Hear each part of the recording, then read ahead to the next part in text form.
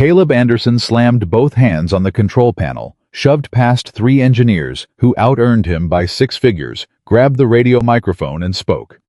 3 words. A call sign nobody in that room had heard in years. And the CEO of a billion-dollar aviation company went completely still. Her coffee cup stopped halfway to her lips. Her eyes locked on the maintenance worker, the man who cleaned her conference rooms, repaired her broken chairs, and wore a faded gray shirt with his name stitched above the pocket. The man everyone walked past. Every single day. Drop a comment with your city. I want to see how far this story travels. And if it hits you the way I think it will, subscribe and hit that bell. You will not want to miss what happens next. The hallway outside conference room. B smelled like burned coffee and dry erase markers, the same way it smelled every Tuesday morning, the same way it had smelled for the past 3 years. Caleb Anderson pushed his maintenance cart through the corridor, with one hand balancing a replacement fluorescent bulb in the other, already running the math in his head. 4 more rooms after this one. A faulty HVAC vent on the 3rd floor.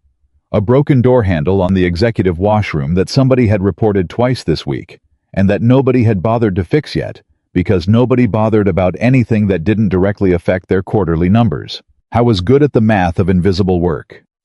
He stopped outside the conference room, listened for voices, heard none, and pushed the door open with his shoulder. The room was empty except for the long oval table, 12 leather chairs, and a whiteboard covered in diagrams. Caleb had no business understanding, except that he understood every single one of them. He didn't let himself look too long. He had learned not to look too long at things that used to belong to him. He set the bulb down on the nearest chair, climbed the 2-step folding ladder he carried on his cart, and unscrewed the dead fluorescent tube from the ceiling fixture. His hands moved from muscle memory. The burned-out tube came free with a soft metallic whisper. Outside the glass wall of the conference room, 2 engineers walked past without slowing down. One of them was carrying a tablet, gesturing at something on the screen, talking loud enough that Caleb could hear every word through the glass, even without trying. Primary channel redundancy isn't built for the kind of atmospheric interference we're expecting during the live test. So reroute through the secondary before the demo. Victoria's going to be there personally. Last thing we need is a communications dropout in front of... They kept walking. Their voices faded. Caleb slid the new tube into the fixture and pressed until it clicked. The light came on. He climbed back down. He picked up the dead tube, placed it carefully in the slot on his cart, designated for disposal, and moved to the next room on his list. That was Tuesday. 3 years, 4 months, and 11 days. That was how long Caleb had worked at Apex Horizon Aviation as a facilities maintenance technician, which was the official title on his badge. Which was how long he had successfully convinced himself that this was fine, that this was enough, that the version of himself who used to know exactly what those engineers were talking about, who could have told them without looking at their tablet, that rerouting through the secondary channel wouldn't solve the problem they were describing. That version of himself was gone, retired, filed away.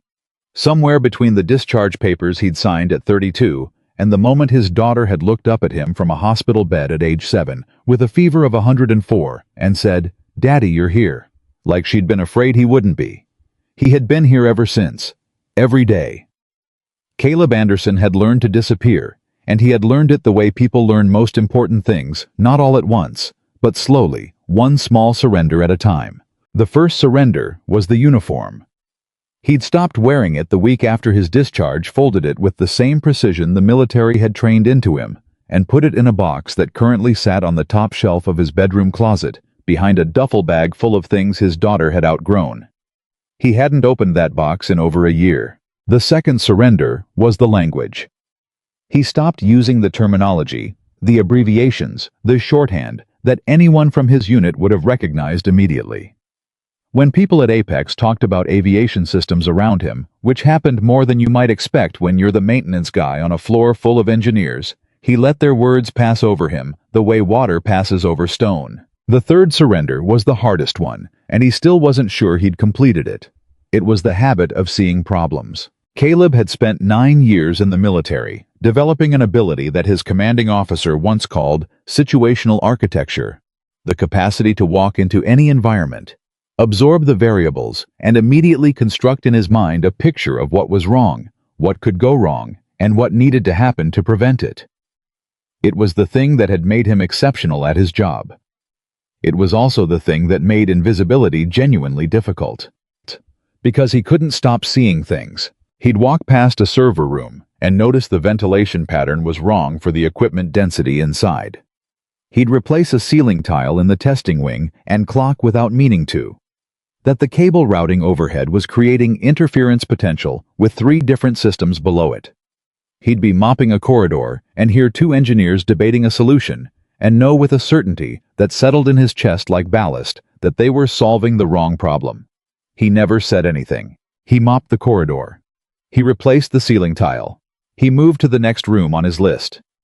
Because Caleb Anderson had learned through 3 years and 4 months and 11 days of experience at Apex Horizon Aviation that a black man in a gray maintenance shirt with a high school diploma on his official record because he'd never finished the bachelor's degree.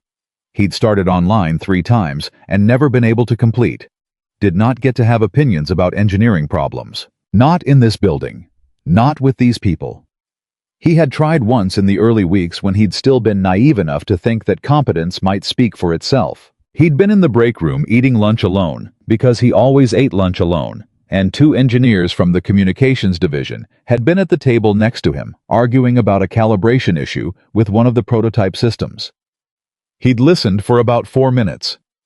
Then, because the answer was so obvious to him that staying silent felt almost physically painful, he'd leaned over and said carefully that the calibration drift they were describing sounded like it might be thermal, that if the ambient temperature in the testing bay was fluctuating outside the specified range, the sensor arrays would compensate incorrectly and produce exactly the kind of false readings they were seeing. Both engineers had looked at him. One of them had said, "Sorry, do you work in the testing division?" "No," Caleb said. "Facilities."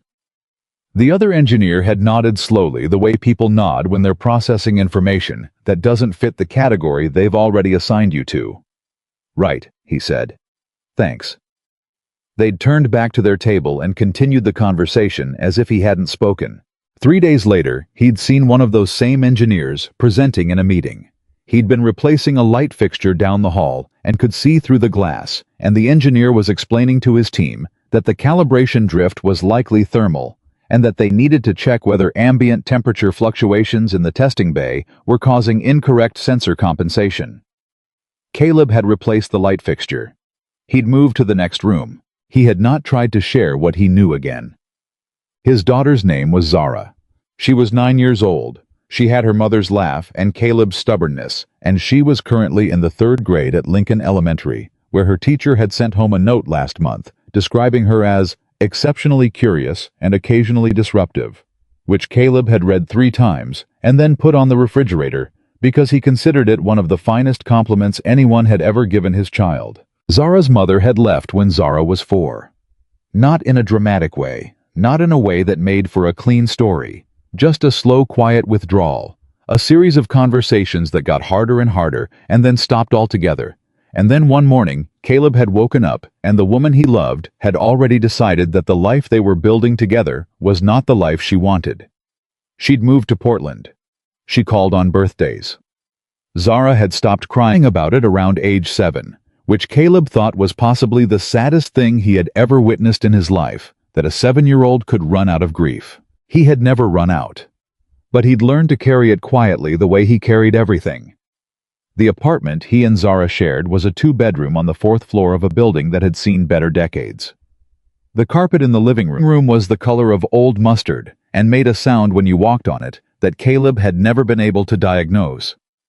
The radiator clanked from October through April.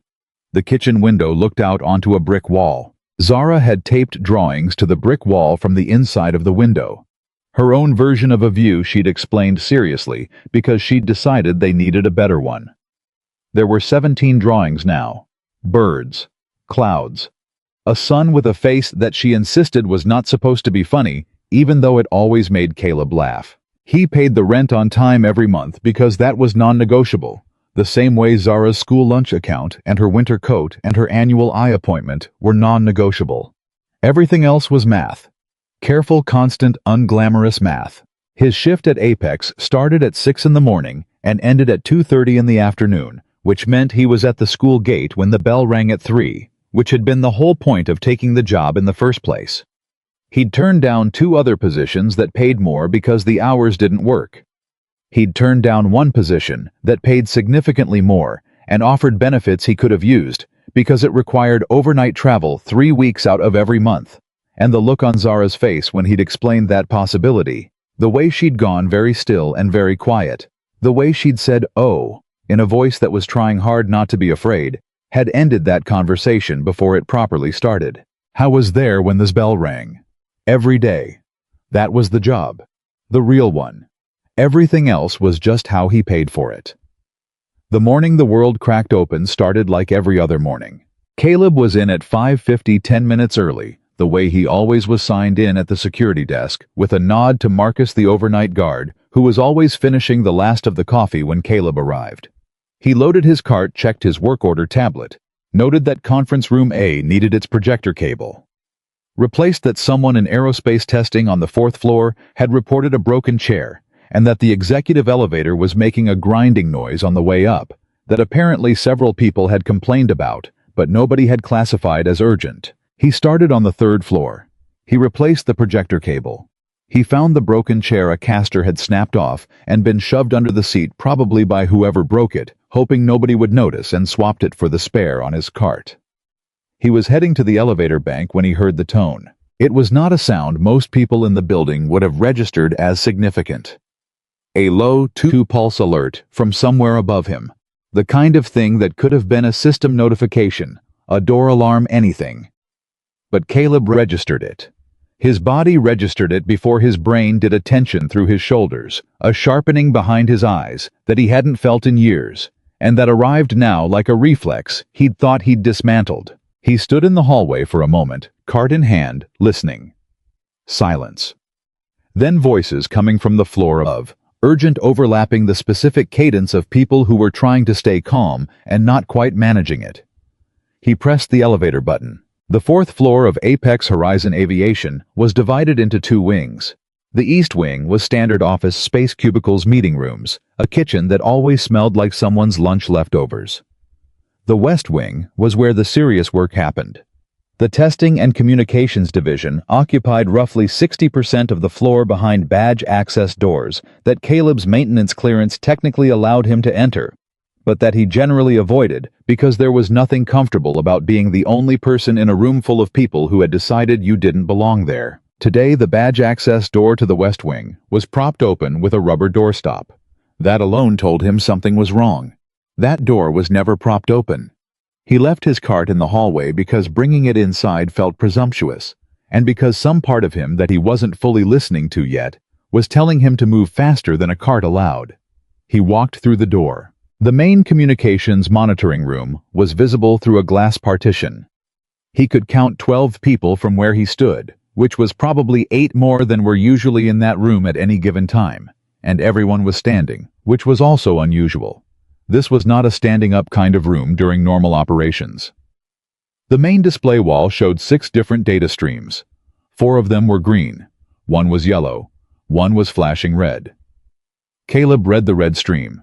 He read it the way you read something in a language you grew up speaking and then spent years pretending you'd forgotten. The meaning arrived without effort. His jaw tightened. He stood very still. From inside the room he could hear, muffled through the glass, but audible, the voice coming through the communication speaker. "Control, this is Falcon 27. Do you copy? Control Falcon 27, please respond." The pilot's voice was controlled. Professionally controlled, the kind of controlled that takes training and willpower to achieve when your instruments are giving you bad information and nobody is talking back to you. Caleb had heard that kind of controlled voice before. He'd used it himself. One of the engineers inside the room. Young guy, couldn't have been more than 26, still had that quality of someone who'd recently learned how smart he was, and hadn't yet learned what that meant was working the primary communications panel with escalating urgency. His hands moving faster than the situation warranted, which was itself a mistake, because speed without precision in a communications emergency was how you compounded the original problem. Another engineer was on a phone talking rapidly to someone Caleb couldn't hear. A third was pulling up a diagnostic display reading numbers off it to nobody in particular. And near the back of the room, arms crossed, face carefully still in the way of someone who has trained themselves not to show fear in front of their team, stood Victoria Whitmore. Caleb knew who she was. Everyone at Apex knew who she was. She'd taken the company from a mid-tier regional contractor to a nationally recognized aviation technology firm. In 6 years, had done it by being smarter and faster and harder working than almost everyone around her, and had done it at 29 years old, which had earned her a particular kind of grudging respect from people who might have preferred to dismiss her, but had found they couldn't quite manage it. She was watching her team work. She was watching them not solve the problem. Caleb looked at the red data stream again. He looked at the young engineer at the primary panel who had just attempted something on the board that was going to make the situation measurably worse in approximately 45 seconds. He pushed open the door to the monitoring room. 3 people turned to look at him. Nobody said anything for a moment because the situation was absorbing everyone's attention except one engineer, a woman in her 30s with the look of someone who'd been in this field long enough to be unimpressed by most things, who took one look at Caleb's gray shirt and said with the practiced neutrality of someone trying to be professional about the fact that she found his presence baffling. "Maintenance is down the hall. We've got a situation in here." "I know," Caleb said. He was still looking at the board. "Your primary channel is looping. It's not a signal dropout. You're caught in a correction cycle. The system thinks it's compensating, but it's amplifying the distortion." Silence. The young engineer at the primary panel turned around. "What?" "The auto-correction protocol." Caleb pointed at the display without moving closer. It detected the initial interference and started compensating, but the compensation signal is being read as a new source of interference, so the protocol is correcting for its own correction. It's a feedback loop. Every time your system tries to fix the problem, it makes the frequency more unstable. The young engineer stared at him, then looked at the display, then looked back at Caleb. "You can't," he started, then stopped, then started again. Who are you?" "Tell the pilot to stop trying to boost signal output," Caleb said. "If he's been manually trying to compensate on his end, he's feeding the loop too." "Control, this is Falcon 27. I'm attempting manual frequency adjustment." "Stop." The word came out of Caleb louder than he intended. Everyone in the room went still. Victoria Whitmore turned to look at him fully for the first time. "Stop the pilot from making any further manual adjustments," Caleb said. "If anyone can reach him right now, tell him to hold his current frequency and wait." "On whose authority?" someone started. "On the authority of about 30 seconds before that loop locks completely and you lose contact entirely." Caleb walked toward the communications panel. The young engineer didn't move. Caleb looked at him steadily. "Please." The young engineer stepped aside. Caleb looked at the board. I hadn't stood in front of a panel like this in 3 years. The layout was different, newer civilian design, more automation than he was used to, but the architecture underneath was the same. The logic was the same. The problem was the same kind of problem he had solved in worse conditions, with worse equipment and higher stakes. His hands found the manual override channel selector. "Falcon 27, this is a maintenance communication. Please acknowledge if you can hear this on emergency secondary." Static. Then, "This is Falcon 27. I'm reading you weak but clear on secondary. Who is this?" Victoria was standing directly behind him now. He could feel the quality of her attention, the way you can sometimes feel a change in air pressure. He picked up the microphone. He held it for just a moment, and then, without entirely meaning to, because it came from somewhere deeper than intention, from the part of him that had been folded up and put in a box on the top shelf of his closet, he pressed the transmit button. "Falcon 27, this is Raven 9. Confirm communication." The room stopped breathing, because that call sign wasn't in any Apex Horizon database. That call sign had never appeared in any civilian aviation registry. That call sign belonged to a unit that most people in that room had never heard of. But Victoria Whitmore had heard of it. She had grown up the daughter of a career Air Force logistics officer. She had spent her childhood on bases at air shows, listening to her father talk about the people he worked with and the things they could do. She knew what that call sign meant. She knew what kind of person earned it and what they had to have survived to keep it. Her coffee cup stopped halfway to her lips. She stared at the back of the gray maintenance shirt, at the name stitched above the pocket. Anderson.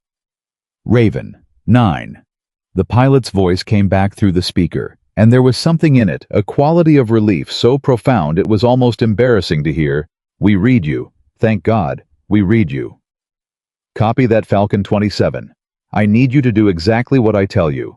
Nothing more, nothing less. Can you do that? Yes, sir. Ready to copy. Victoria set her coffee cup down on the nearest surface. Very slowly, very carefully. Caleb Anderson, she said quietly to the room, to nobody, to herself. She looked at the data stream on the main display. She looked at the man at her communications panel. She looked at the name on his shirt. The maintenance worker. The man who cleaned her conference rooms.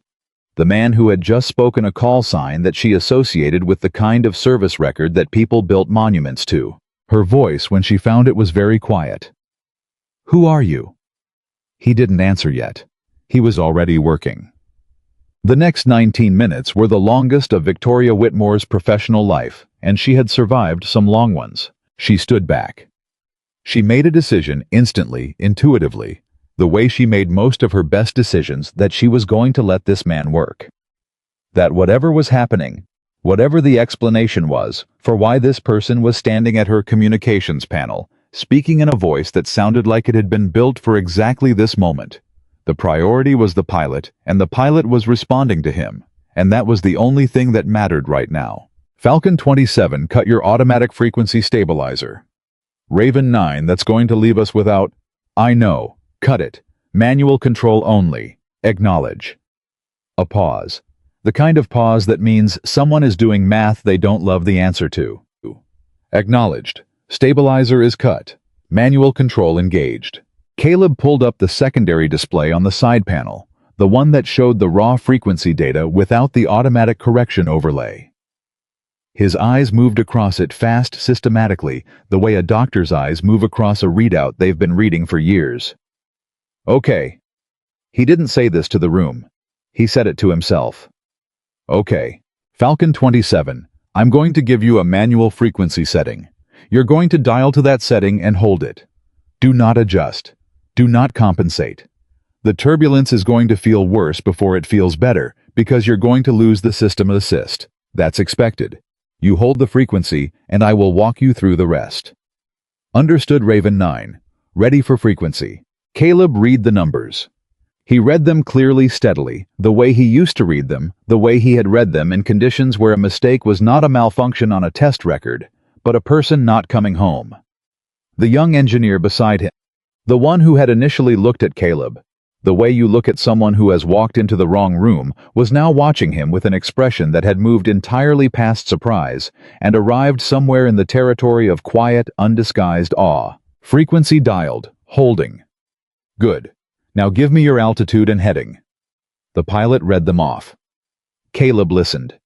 He was doing the geometry in his head, wind patterns, frequency propagation, the interference source that had started this whole cascade, the window of clarity. They needed to establish a stable link through. Around him, the engineers had gone very quiet.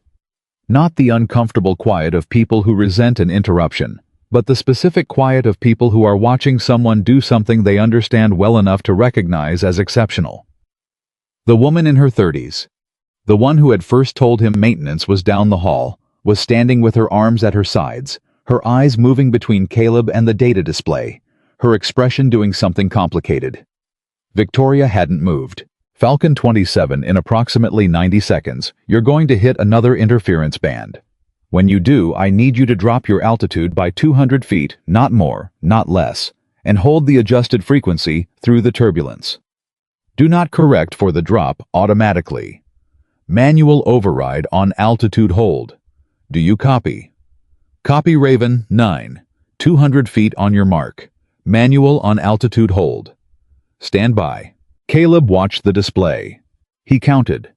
His lips moved slightly, not with words, but with the rhythm of the timing he was tracking.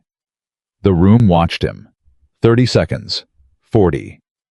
Falcon 27. Mark. The data stream shifted violently on the display. Two engineers moved toward the panel reflexively. Victoria held up one hand without looking at them, and they stopped. The pilot's voice came through. 200 down, holding frequency. It's rough up here. I know, hold it. The data stream spiked. The red indicator flashed faster. And then slowly, the way a storm front moves off it began to stabilize. The spike softened. The frequency line steadied. The red indicator slowed and shifted to yellow, and then held there trembling slightly at the edge of stable. Raven 9. The pilot's voice had changed. The professional control was still there, but underneath it, something had loosened relief, pure and physical, the kind that gets into your breathing. I'm reading stable. Frequency is holding. Systems are responding. Good. Stay on manual until you're in final approach. Do not re-engage auto-stabilizer. Understood. Raven 9. A pause. Thank you. Caleb set the microphone down. He stood at the panel for a moment, not moving, looking at the now yellow data stream that had been red that would move to green within the next 10 minutes as the pilot cleared the interference zone. Then he stepped back. He turned around. 12 people were looking at him. Victoria Whitmore was looking at him. She had the expression of someone who has just witnessed something that has fundamentally rearranged something inside her, and who is not quite sure yet how to hold the new arrangement. That call sign, she said.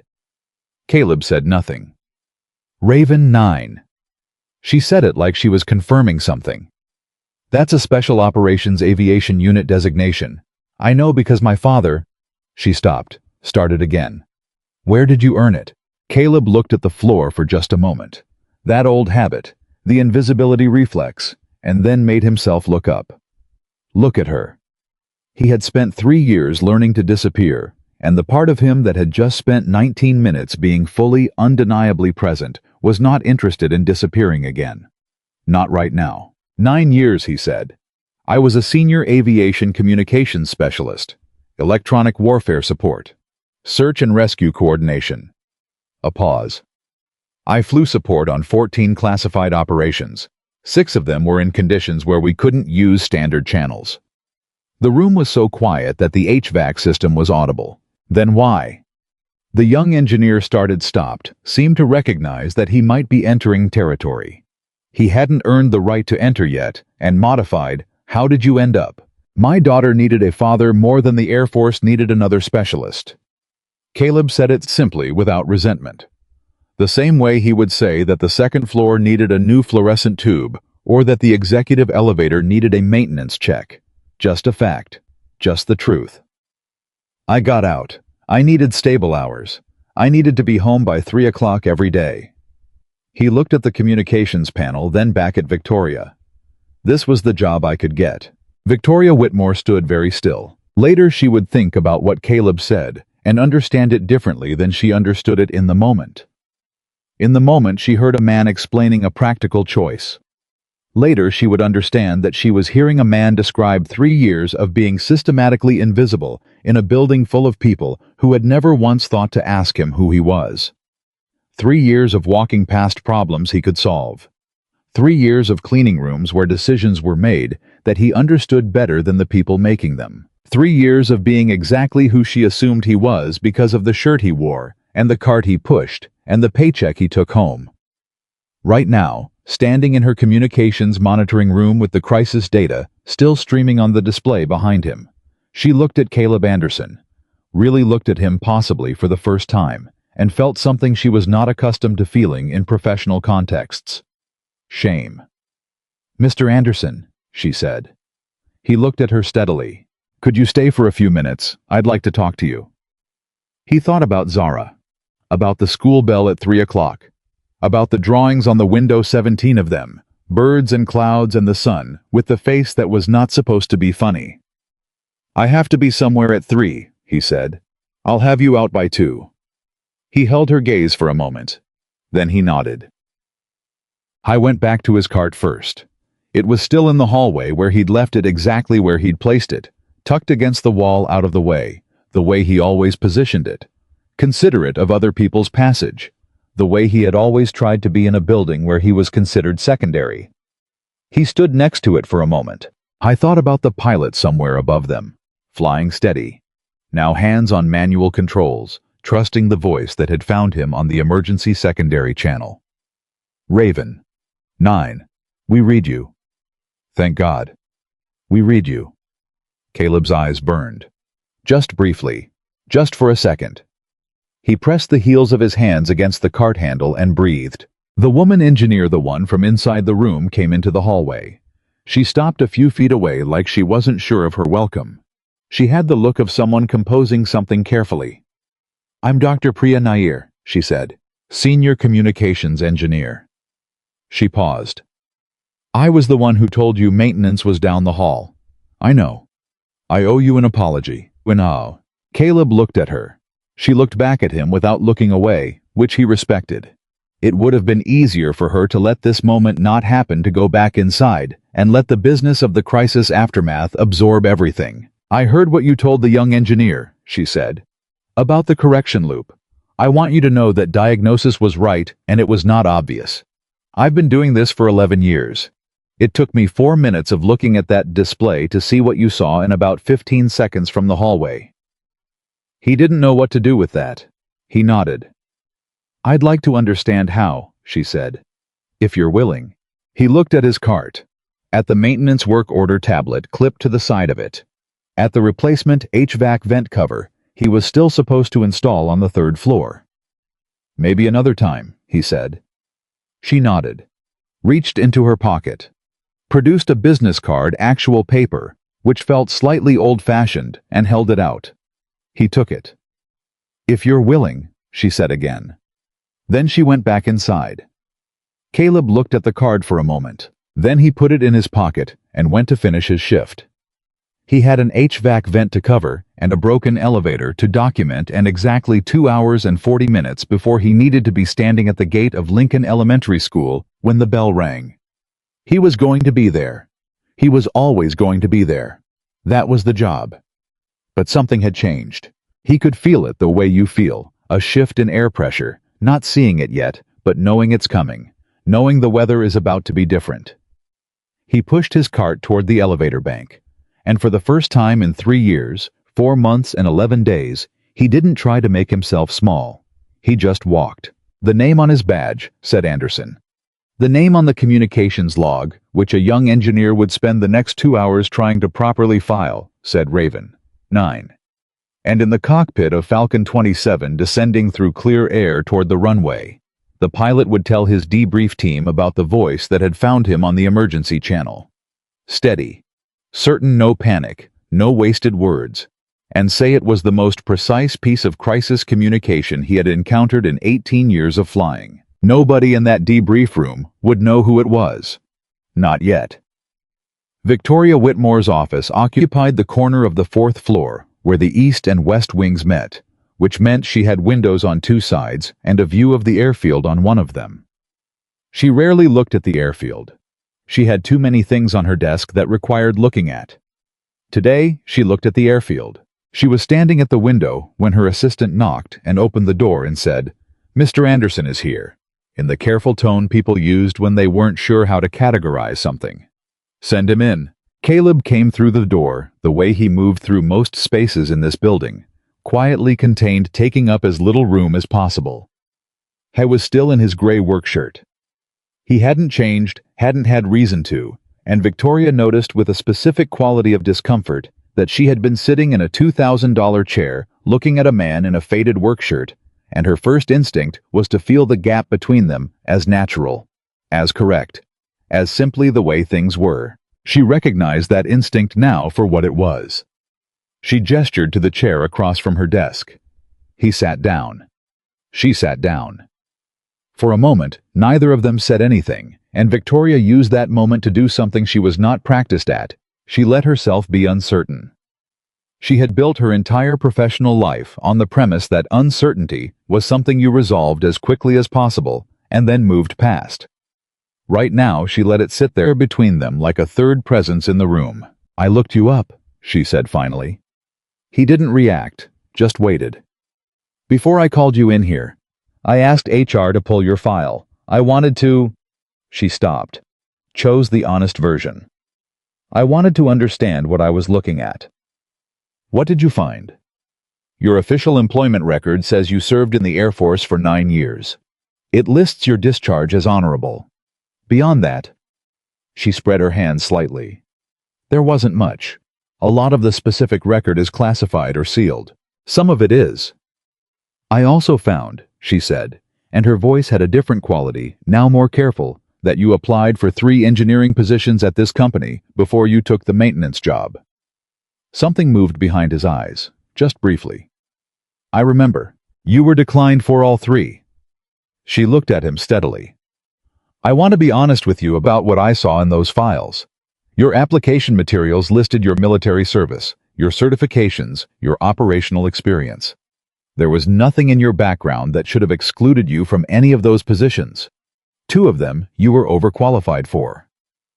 The silence that followed was the kind that has weight. Why are you telling me this? Because you deserve to hear someone say it out loud. She paused. I'm telling you because I sat in that room today and watched you do something in 19 minutes that my entire communications engineering team, people with advanced degrees and years of experience in this specific field, could not do. And I realized that this building has had you for 3 years, and in 3 years, nobody thought to ask you who you were. He looked at her with an expression that was not quite what she expected. She had expected anger, maybe, or the exhausted patience of someone who had been making this exact argument to an indifferent universe for years. What she saw was more complicated than either. It was something closer to the look of a man who has survived something by refusing to let it break him, and who is not sure yet whether hearing it acknowledged is a relief or just another weight. What did you ask me in here to say, Ms. Whitmore, Victoria? He didn't respond to that, just waited. I want to offer you a position, she said. A real one. Aviation safety and emergency communications, senior level. The salary is... She named a number. He didn't move, but something shifted. She could see it in the way he held himself, something that had been very carefully held together for a long time, adjusting to new information. Why? He said. Because you're the most qualified person for it in this building. You didn't think that 3 years ago. No, she said. I didn't. Because 3 years ago I saw your job application, your formal education record, and the job you were taking. I didn't look past it. She held his gaze. That was my failure, not yours. He was quiet for a long moment. Outside the window, an aircraft was making its approach to the field, small, a trainer coming in low and steady. I have a daughter, he said. You mentioned that. She's 9. I pick her up from school every day at 3 o'clock. That is a condition that is not negotiable. Whatever the position is, whatever the work requires, I need to be at Lincoln Elementary at 3 o'clock every school day. Victoria didn't hesitate. That works.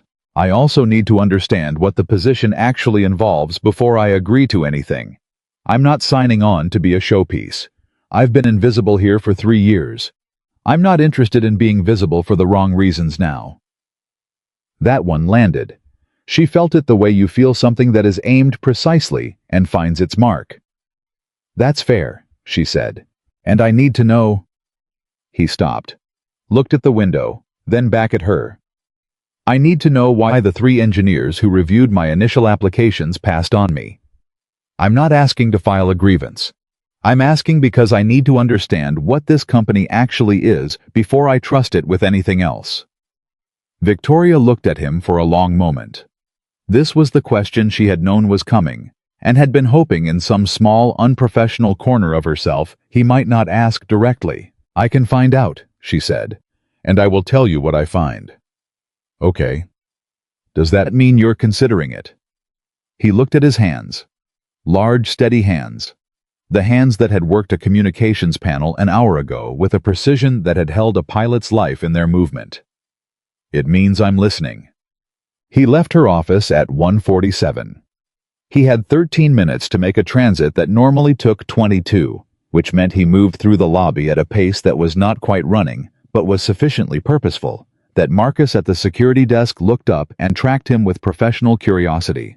He made the bus by 45 seconds. He stood the whole way, holding the overhead rail. the city moving past the windows in that particular afternoon light that made everything look temporarily more significant than it was. He thought about Victoria Whitmore's office, about the number she had named, about the way she'd said it not tentatively, not as an opening bid, but as a statement of what she had already decided was correct. I thought about the 3 applications he'd submitted to Apex Horizon in the months before he'd taken the maintenance position. He'd been 30 years old, 9 years of service, a record that he'd been quietly proud of in the way of someone who had worked for things that mattered and knew it. He'd come out of the military with certifications that the civilian market technically valued. He'd had letters of recommendation from 2 commanding officers who did not write letters of recommendation casually. All 3 applications had come back as form rejections. No interview requests, no call, no explanation. He had spent a significant amount of time in the quiet of that first year trying to understand which of his deficiencies had been disqualifying. The incomplete bachelor's degree was the obvious candidate, and he'd told himself that was the reason, told himself it was a reasonable reason, told himself that was simply how these things worked, and that he should focus on what he could control and move forward. He had moved forward. He had taken the maintenance position because it paid enough and the hours were right, and he had a daughter who needed him to be consistent. He had moved forward. He had just never entirely believed his own explanation. The bus stopped. He got off. He walked the remaining 4 blocks at a pace that got him to the school gate at 2:58, which was exactly when he always arrived, and stood with the other parents in the afternoon light, mostly mothers, a few grandparents, a handful of fathers, and waited. The bell rang. The doors opened.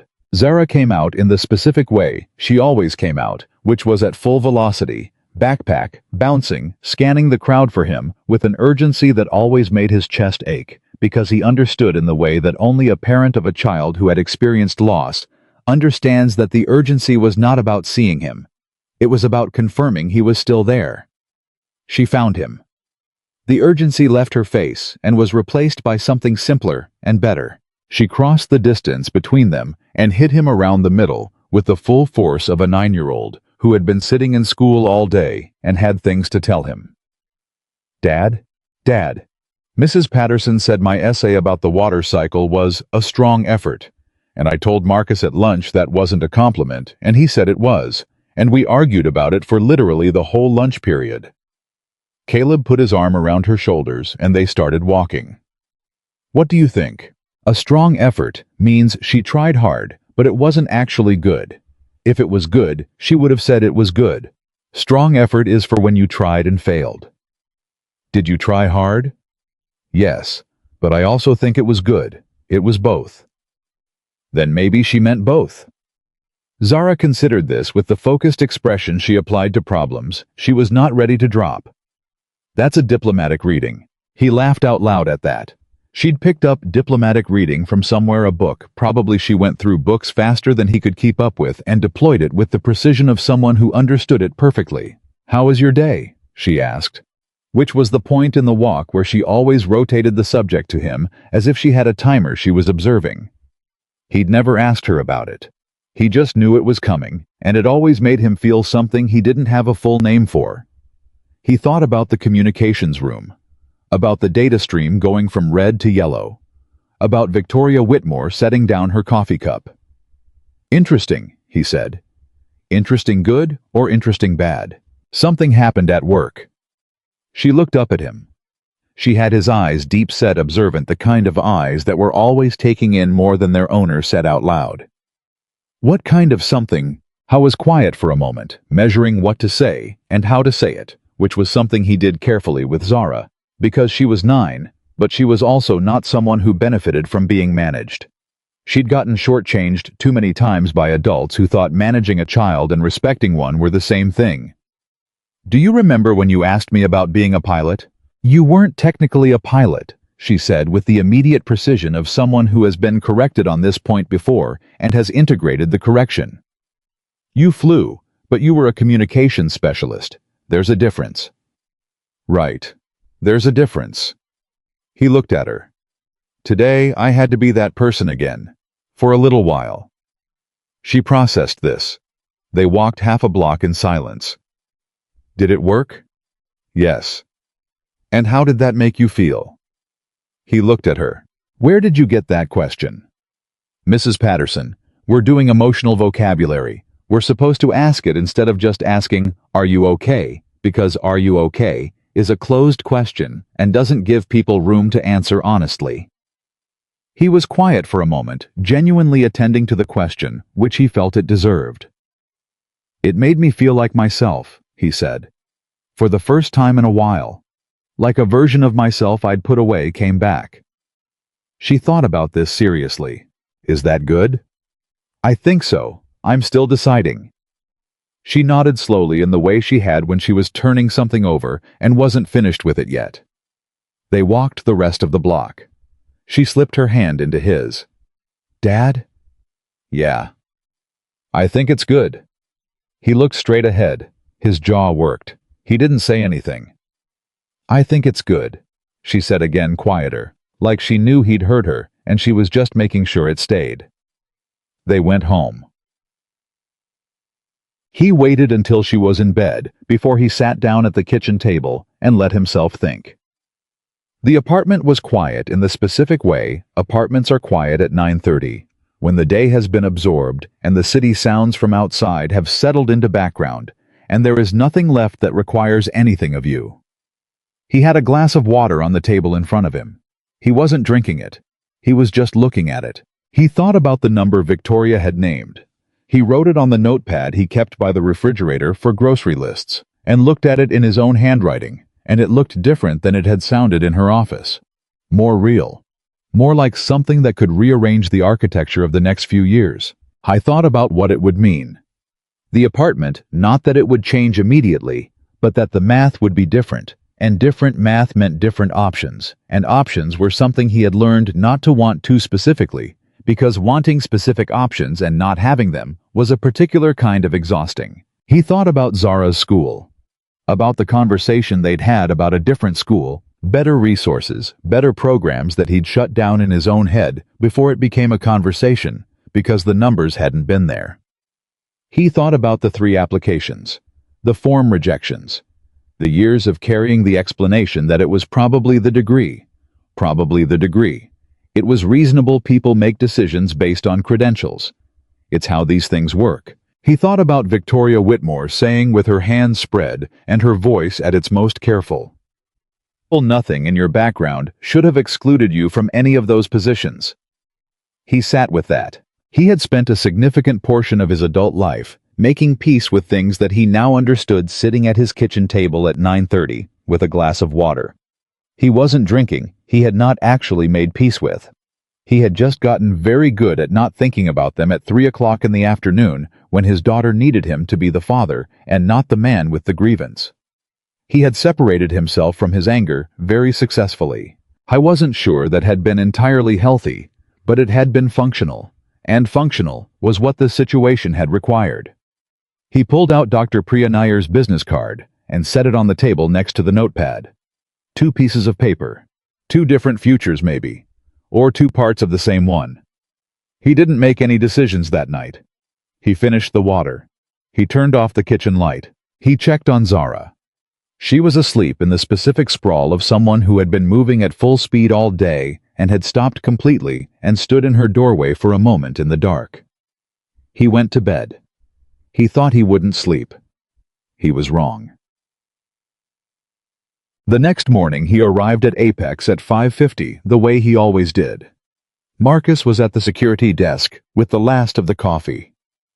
"Morning," Marcus said with a quality that suggested he had heard something, which in a building of this size meant he had heard everything. "Morning. Heard there was some excitement on 4 yesterday." "A little." Marcus studied him with the look of someone who has worked security long enough to read people accurately and who is currently reading something that's giving him interesting information. "You doing okay?"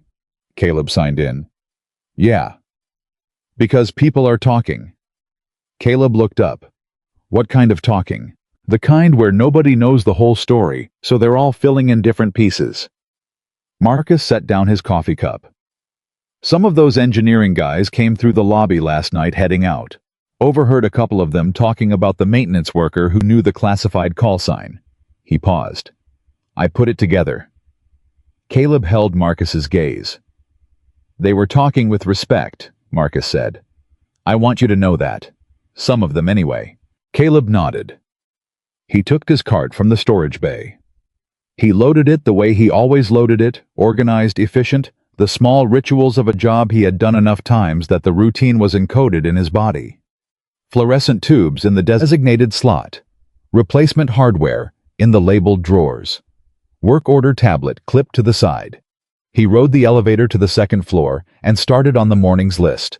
He lasted 40 minutes before things began to change. The first interruption came from a man named Garrett, one of the mid-level project managers from the third floor, who came around the corner of the corridor where Caleb was replacing a thermostat cover and stopped in a way that suggested the stopping was intentional. Hey, you're Anderson, right? Yes. Garrett extended his hand. Caleb shook it. Garrett Collins, I'm a project manager in flight systems. He had the look of someone who has rehearsed the opening and is now improvising the rest.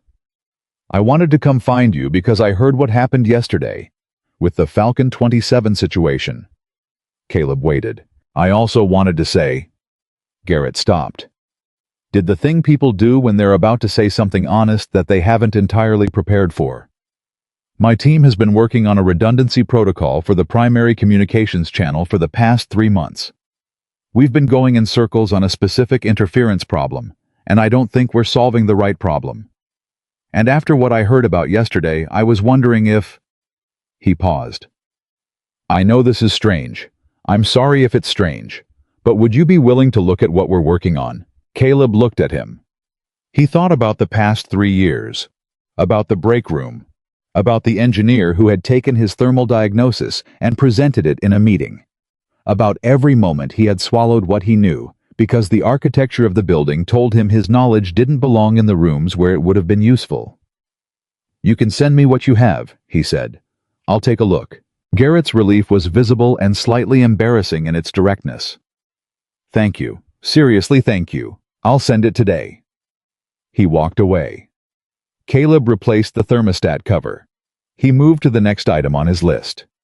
The second interruption came from a woman he didn't recognize. Young, probably an intern or a recent hire, who stopped in the hallway and said, "Are you the guy from yesterday?" in a voice that was trying to be casual and not quite managing it. Depends on what you heard. The maintenance guy who fixed the Falcon 27 communication dropout, using a call sign from... She stopped. I heard it was a classified unit. I knew a solution, he said. That's all. She looked at him with the expression of someone who had expected that answer and found it simultaneously satisfying and insufficient. That's kind of amazing, though, she said. I'm in my second month here. I just wanted to say I think that's kind of amazing. I didn't know what to do with that. Thank you. She moved on. He moved on. The third interruption was different. I was in the West Wing on the 4th floor, back in the badge access area, because a piece of equipment in the server corridor needed a firmware update download on a physical terminal, which was maintenance work that required his clearance when he came around a corner and found himself face to face with the young engineer from yesterday. The one who'd been at the primary panel. The one who had stepped aside when Caleb had said please. His name, Caleb had subsequently learned, was Dylan Park. He was 26, had a master's degree from MIT, and was universally regarded as one of the most promising young engineers in the communications division. They looked at each other in the corridor. Dylan Park looked like he'd been carrying something heavy since yesterday and hadn't found a place to put it down yet. I owe you an apology, he said. From yesterday, when I asked who you were. You weren't wrong to ask. I was wrong in how I asked it. He paused. The way I asked it wasn't about who you were, it was about where I expected the answer to come from, and I was wrong about that. Caleb looked at him. The kid had good eyes, earnest in the way of someone who hadn't yet learned to protect himself by being less earnest, which Caleb found he respected more than he expected to. You stepped aside, Caleb said. When I said please, you didn't have to. You were right. I could see you were right before I understood how you were right. That's a useful skill, Caleb said. Not everyone has it. Dylan Park seemed to absorb this in the way young people absorb something they will think about for a long time. He nodded. He said, "I've been looking at the data from yesterday, the correction loop. Could I ask you some questions about how you diagnosed it, for my own understanding?" Caleb thought about the work order tablet on his cart, thought about the items remaining on his list, thought about the question he'd been sitting with since last night about what it meant to be seen, and whether he trusted the institution doing the seeing. "I have about 15 minutes, he said. They stood in the corridor, and Caleb explained it. Not the way he would have explained it in a briefing with slides and structured summary, but the way he would have explained it in a unit directly, practically, with a precision that stripped everything down to what mattered. Dylan Park listened the way good students listen, not waiting to talk, actually absorbing, asking questions that showed he was tracking the logic, and not just collecting vocabulary. By the end of the 15 minutes, something had happened between them that Caleb hadn't expected. He'd enjoyed it. The pure, uncomplicated pleasure of a thing understood and communicated a problem. Illuminated knowledge passed from one person to another. He had missed that. He hadn't let himself know he'd missed it. Dylan Park said, "Thank you," and meant it in a way that was different from how Garrett Collins had meant it. Collins had meant it with relief. Park meant it with the specific gratitude of a person who has just learned something real. Caleb went back to his cart. He finished his list by 11:30. He was eating lunch in the break room alone as usual at the corner table by the window when Victoria Whitmore walked in. She was carrying her own food, which surprised him because he had assumed without thinking about it. The assumption was automatic that she ate lunch in her office or in meetings, or in one of the conference rooms where important people gathered to discuss important things. She moved through the break room with the ease of someone who was completely comfortable in the space, but who had clearly not expected to find him there. She saw him. She stopped for just a moment. Then she walked over. "May I?" He gestured at the chair across from him. She sat. She unpacked a container of food, something she'd brought from home. He registered, which recalibrated something else he'd assumed about her, and for a moment they were just two people at a table eating lunch. "I got the information you asked for," she said without preamble. He set down his fork. "The 3 applications you submitted. I talked to 2 of the people involved in those hiring decisions. I'm not going to give you their names because that serves no productive purpose. But I asked the direct question." She paused. "One of them told me that your military background was hard to translate for a civilian engineering role. That's a standard answer. Yes, it is. It's also, in your case, demonstrably untrue. Your certifications map directly to the technical requirements of all 3 positions." She looked at him steadily. "The second person I talked to was more honest, or less careful. He told me that they'd had concerns about your fit with the team culture." The silence that followed had a specific texture. Caleb picked up his fork, set it down again, looked out the window. "Fit with the team culture," he repeated. "I know what it means," Victoria said. "I don't want you to have to explain it to me, and I don't want to make you sit here while I perform surprise about it. You're not the first person this company has done this to. I don't know if that makes it better or worse." "It doesn't make it better." "No." She was quiet for a moment. "I can't undo those 3 decisions. I can't give you those years back. What I can do is what I offered yesterday." She met his eyes. "And I can make sure that what happened to you doesn't happen to someone else here. That's not a promise that solves anything for you, but it's what's in my power." He was quiet for a long time. She let him be quiet. He noticed that the quality of her patience, the way she didn't fill the silence because she was uncomfortable with it. She let it exist. He respected that. "I want to be straight with you," he said finally. "Please. I've spent 3 years in this building being underestimated. I've gotten good at it. I know how to operate in the background. I know how not to expect things, and it works. As a survival strategy, it works." He looked at her. "What I don't know is how to trust that a different version of this is real, that it's not just—" He stopped, found the word. "Correction. People feeling corrective for a day and then going back to what they were before." Victoria was silent for a moment. Then she said, "I can't prove to you in a conversation that I'm serious. The only thing that proves something like this is time and what actually happens. That's honest. I'm trying to be." He looked at his lunch. He wasn't hungry anymore, which was a shame because he'd made it himself this morning at 5:15, and it was good. "I'll give you an answer by the end of the week," he said. She nodded. "One more thing," he said. She waited. "Dr. Nair, the senior engineer." "Priya, yes." She came out to the hallway after, gave me her card, asked if I'd be willing to explain how I diagnosed the problem. She told me, "I'd like to be involved in whatever review you do of the system that failed yesterday, not as a gesture, as actual work with actual input." He held her gaze. "If I'm going to come into this building as something other than what I've been, I need to know from the beginning that it means something, that the work means something." Victoria Whitmore looked at him across the lunch table in the break room on the 4th floor of Apex Horizon Aviation, and something in her expression settled. Not softened. Victoria Whitmore didn't soften. He was already understanding that about her, but settled. Like something that had been holding tension, found something solid to rest against. "Priya's team leads the review," she said. "I'll tell her you're in." Caleb Anderson picked up his fork. They ate lunch. Outside the break room window.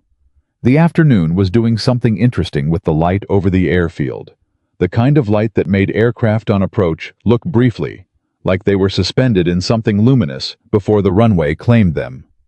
He found himself watching one come in, tracking its descent without thinking about it, the way you track the movement of a thing you understand deeply and have always understood, and that some part of you will never entirely stop being in love with. Victoria noticed him watching. She didn't say anything, but she noticed.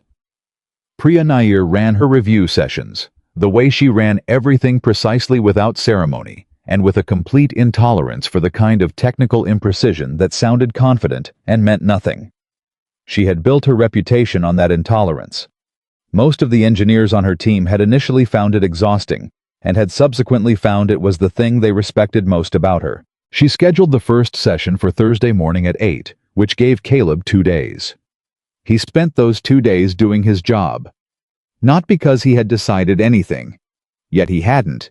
He was still sitting with Victoria's offer, the way you sit with a decision that has too many variables to rush, but because the work was still his responsibility, and he had never in his life done something halfway because something else was occupying his mind.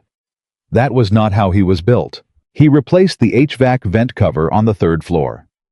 He documented the elevator grinding noise with the thoroughness of a maintenance report that he knew would sit unread in a digital queue, but that he wrote carefully anyway, because the alternative was doing the work badly, which was not available to him as an option. He ate lunch alone both days. He picked Zara up both afternoons at 2:58. On Wednesday evening, she showed him a revised version of the water cycle essay, which she had not been asked to revise but had revised anyway, because as she explained with the specific determination of someone who has decided the matter is personal. She wanted Mrs. Patterson to understand that strong effort and actual quality were not mutually exclusive. He read it at the kitchen table, while she sat across from him watching his face for reaction. It was good. Genuinely, measurably better than the original. She had restructured the central argument, cut the 2 paragraphs that had been padding, and added a specific detail about condensation that showed she'd gone back to her source material after the first draft. "This is good," he said. "How good?" "It's good. Past strong effort. You know it is." She allowed herself exactly 1 second of visible satisfaction before reassembling the expression of someone who is waiting for a more thorough analysis. He gave it to her. They went through it paragraph by paragraph. She argued with 2 of his suggestions, and she was right on one of them, which he told her, and she was wrong on the other, which he also told her, and she accepted it with the grace of someone who has learned to lose specific arguments without losing confidence in the overall project. He thought watching her that she had no idea what she'd done for him. That the discipline of showing up for this, for her science essay, for her lunch money, for the 17 drawings on the window had kept something alive in him that would otherwise have been quietly extinguished by the combined weight of invisibility and resignation.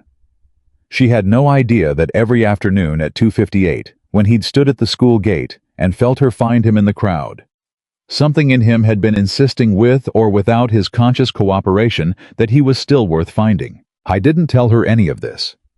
He told her that the condensation paragraph was the strongest thing she'd written, and that Mrs. Patterson would not be able to give it anything less than excellent. Zara went to bed satisfied. Caleb sat at the kitchen table for a while and thought about Thursday morning. He showed up to the session without his cart. It was the first time in 3 years, 4 months, and however many days he had entered the west wing of the 4th floor without a piece of maintenance equipment in his hands, and the physical difference of it. The absence of that familiar weight and purpose was stranger than he expected. His hands felt wrong.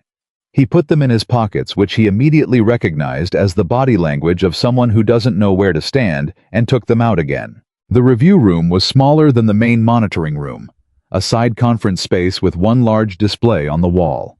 A table for 6 and equipment along one side that Caleb recognized as a partial simulation rig.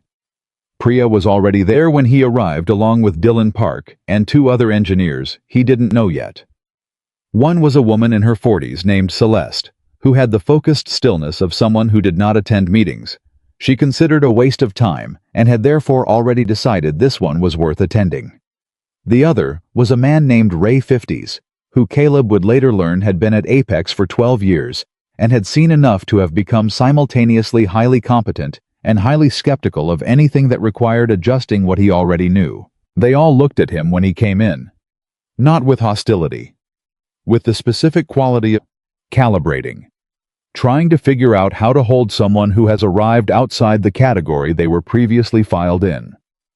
Priya didn't bother with the calibration. She had already done it. Anderson, sit anywhere. We're starting with the raw frequency data from Tuesday and working backward. She turned to the display. I want to understand the diagnostic path. Not the solution, the diagnosis. How you got to the correction loop conclusion before anyone else in the room had it. He sat down across from Dylan. Can you pull up the raw feed from the point of initial signal degradation? She pulled it up. He looked at it. The timestamp was 12 minutes before he'd walked through the door, before the engineers had been in crisis mode, before the distress pattern had become undeniable. The problem had been there, small and growing, already present in the data. The correction loop signature starts here. He leaned forward and pointed at a specific oscillation pattern in the frequency line. It's subtle at this point. You'd miss it if you were looking at the primary diagnostic layer because the system was still within tolerance. He paused. But this oscillation pattern doesn't occur in natural signal degradation. Natural degradation is more irregular. This is rhythmic, which means something is generating it systematically. Ray crossed his arms. A lot of frequency signatures are rhythmic. Right. But look at the interval, Caleb pointed again. That interval is not matched to any external source. There's no atmospheric pattern, no equipment cycle, no known interference source that produces that specific timing. The only thing in the system that operates on that interval is the auto-correction protocol. Silence. Celeste leaned forward and looked at the display. Then she looked at Caleb. Then she looked at the display again. The auto-correction protocol was generating the signature, she said. Not a question, just a person working out loud. It was correcting for interference that was being caused by its own correction signal. Every cycle slightly amplified the distortion because the protocol was calibrated to correct for external interference, not its own output. He looked around the table. The system was essentially arguing with itself, getting louder every time. Dylan was nodding slowly. He had clearly been working through this since Tuesday and had gotten close, but not all the way there. Ray had uncrossed his arms. How did you clock the interval that fast? Celeste asked. You were looking at the display from outside the glass. You had seconds. I know what that protocol's default interval is, Caleb said simply. I've worked with the underlying architecture in military systems. Different surface, same logic. He paused. The civilian version is actually more susceptible to this failure mode because it has fewer manual override checkpoints built in. Military systems assume more human intervention. Civilian automation assumes the machine can handle it. Priya had not said anything for several minutes. She was looking at the display with the expression of someone who was doing something more than just reviewing data. She was revising a mental model, the specific internal work of a person who is competent enough to recognize when something they thought they understood needs to be rebuilt. The protocol has a flag for exactly this scenario, she said finally. It was written into the original specification. I know, but the flag is a passive alert. It doesn't interrupt the cycle. It just reports that the correction rate has exceeded a threshold. He looked at her. By the time the flag trips, you're already 3 cycles into the loop. That's why nobody in the room saw it immediately. You were watching for the flag, not for the pre-flag signature. Ray sat back. He looked at Caleb with the expression of a man who has revised a significant assumption and is not entirely comfortable with how quickly the revision happened, but is honest enough to let it happen anyway. Where did you do your training? Ray asked. Mostly in the field, Caleb said. Some formal. A lot of on-the-job in conditions where there wasn't time to look things up. What kind of conditions? The kind where the pilot doesn't come back if you get it wrong. Ray was quiet for a moment. Okay, he said. I've got a question about the frequency setting you gave the pilot. The specific numbers. Because I ran the simulation last night and I couldn't reproduce the calculation in time. What was your starting assumption? Standard propagation model for the atmospheric layer. That's the problem. We were in a transition zone, 2 atmospheric layers with different propagation characteristics overlapping. The standard model doesn't account for the interface correctly. You have to weight it manually based on the altitude and the heading at the point of maximum interference. Ray stared at him. You did that in your head, in real time. Caleb didn't answer that because it wasn't really a question. Priya looked up from the display. How long did it take you, the mental calculation, honestly? He thought back. The moment when he'd been looking at the data and the geometry had assembled itself. 8 seconds, maybe 10. Nobody said anything for a moment. Then Celeste said very quietly, That's insane. He looked at her. It's practice. 11 years of practice in environments where the wrong answer had consequences. 9 years of service and 9 in service, 2 more years after that consulting, before... He stopped. Before the situation changed and I needed different hours. Priya closed the display. All right, she said, with the practicality of a person who has gathered what she came for and is now ready to move. Here's where we are. The auto-correction protocol has a structural flaw that nobody caught because we were testing for outcomes, not for pre-failure signatures. The flag system gives false comfort because it creates the impression of monitoring when it's actually just reporting after the fact. She looked around the table. I want a full review of the protocol spec. I want every atmospheric scenario where the feedback loop could initiate. And I want a proposed revision to the manual override triggers. She paused. Anderson, I'd like you to be part of that working group, if you're willing. The room waited. He thought about Victoria's offer still sitting unresolved on the kitchen table in his head. He thought about what he'd told Victoria, that he needed the work to mean something, not just the title. I'm willing, he said. He told Zara that evening that he was considering changing jobs. I didn't lead with it. He led with dinner. He'd made chicken and rice because it was Thursday, and Thursday was chicken and rice. And they talked about her day, and about a boy in her class named Jerome, who had apparently done something at recess that the entire 3rd grade was still processing, and about whether a 3-toed sloth would beat a snail in a race if the snail had a 1-foot head start, which they debated with complete seriousness for approximately 8 minutes before reaching an inconclusive result. Then, while they were washing dishes, she said, You're thinking about something. I think about things constantly. You're thinking about something specific. You've got the specific face. What's the specific face? She turned and demonstrated a slightly inward expression, focused somewhere that wasn't the room. He felt mildly unsettled by how accurate it was. That's a thing I do. Only when it's important. Regular thinking, you don't make a face. He dried the pot. He set it on the rack. He leaned against the counter. The company offered me a different job, he said. A better one. She turned fully to face him. The dish towel was still in her hands. Better how? More money. Different work. Using skills I haven't used in a while. The aviation skills. Yes. She processed this with the thoroughness she applied to everything that mattered to her. What's stopping you? I thought about how to answer that in a way that was true and also appropriate for a 9-year-old, and then thought that Zara had specifically demonstrated on multiple occasions that she didn't require age-appropriate answers when honest ones were available. Demonstrated on multiple occasions that she didn't require age-appropriate answers when honest ones were available. I've been invisible in that building for 3 years, he said. And being invisible, as frustrating as it is, it's also predictable. You know what to expect. You know how people see you. You know where you stand. He looked at the dish rack. Taking this job means trusting that they see me differently now, and I don't fully know yet if that's real. She thought about this. What if it's real, but you don't take it? He looked at her. Then I stay invisible, he said, and I made the choice to do that. Which would be worse than them doing it to you? He was quiet. She had the expression she sometimes wore when she had said something she wasn't entirely sure was her place to say, but she didn't take it back. That's probably the right analysis, he said. So you're going to take it. I'm going to sleep on it. She accepted this because she had also been told many times to sleep on things, and had experienced the value of the practice. She turned back to the dishes. After a moment she said, Dad. Yeah. I think they made a mistake for a long time, not seeing you right. He put his hand on her shoulder briefly.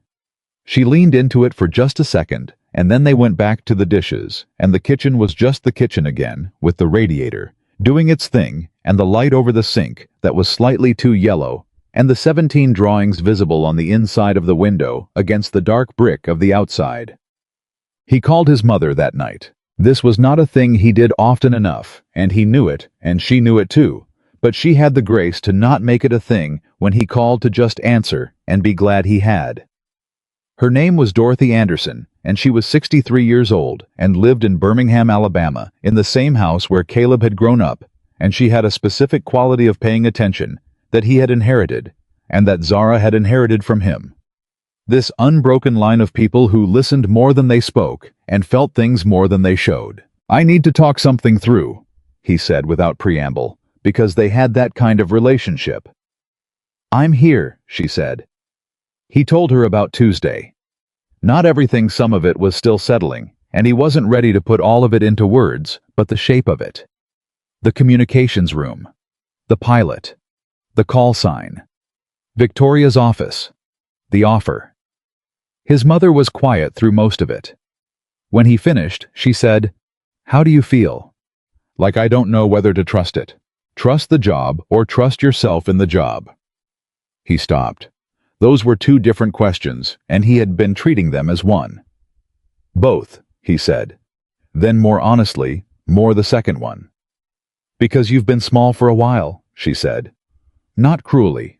Just the way she said true things with the directness of a woman who had no patience for going around the outside of something that you could go straight through. Yeah, Caleb. He heard her shift the specific sound of her settling into what she was going to say. You have never once in your life not known what you were doing when it counted. Not once. You were built for hard things, and you have handled every hard thing that came at you. You got out of the military when your daughter needed a father. You took the job that would let you be there at 3 o'clock. You have never been small. You just stopped taking up space because the room made you feel like you weren't allowed. A pause. That's a different thing. I was looking at the ceiling of his bedroom. The same ceiling he'd been looking at for 3 years. What if I'm different now, he said. What if I stayed small long enough that I actually am smaller? What happened Tuesday says otherwise. Tuesday was one day. Tuesday was you, she said. 3 years or 9 years or 30 years doesn't change what's in you.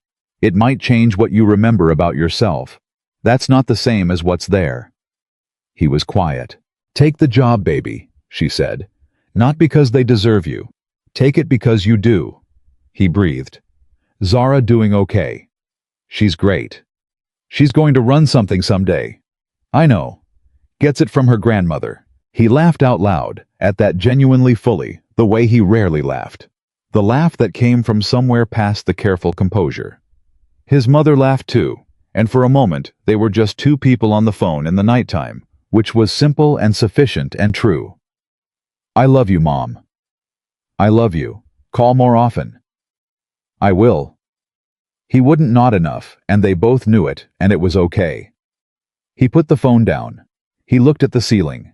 I thought about what she'd said, not because they deserve you, because you do. He thought about the frequency calculation he'd done in 8 to 10 seconds. He thought about Dylan Park's face when the logic became clear. He thought about Ray uncrossing his arms. He thought about the pilot's voice. Thank God. We read you. I thought about what it had felt like to step away from the panel after 19 minutes, not with pride exactly, but with the specific clean feeling of a person who has done the thing they were built to do and done it well, and it mattered. He had not felt that in 3 years. He didn't want to go another 3 without it. Friday morning. Victoria Whitmore arrived at her office at 7:15, which was her normal time 45 minutes before most of her team, which she used for the thinking that required no interruption. Her assistant brought coffee at 7:30. She was on her second email and her first real thought of the morning when her phone showed a message from an unrecognized number. She opened it. This is Caleb Anderson. I'll take the position. I have 2 conditions beyond what we discussed. I want them in writing in the offer letter before I sign anything.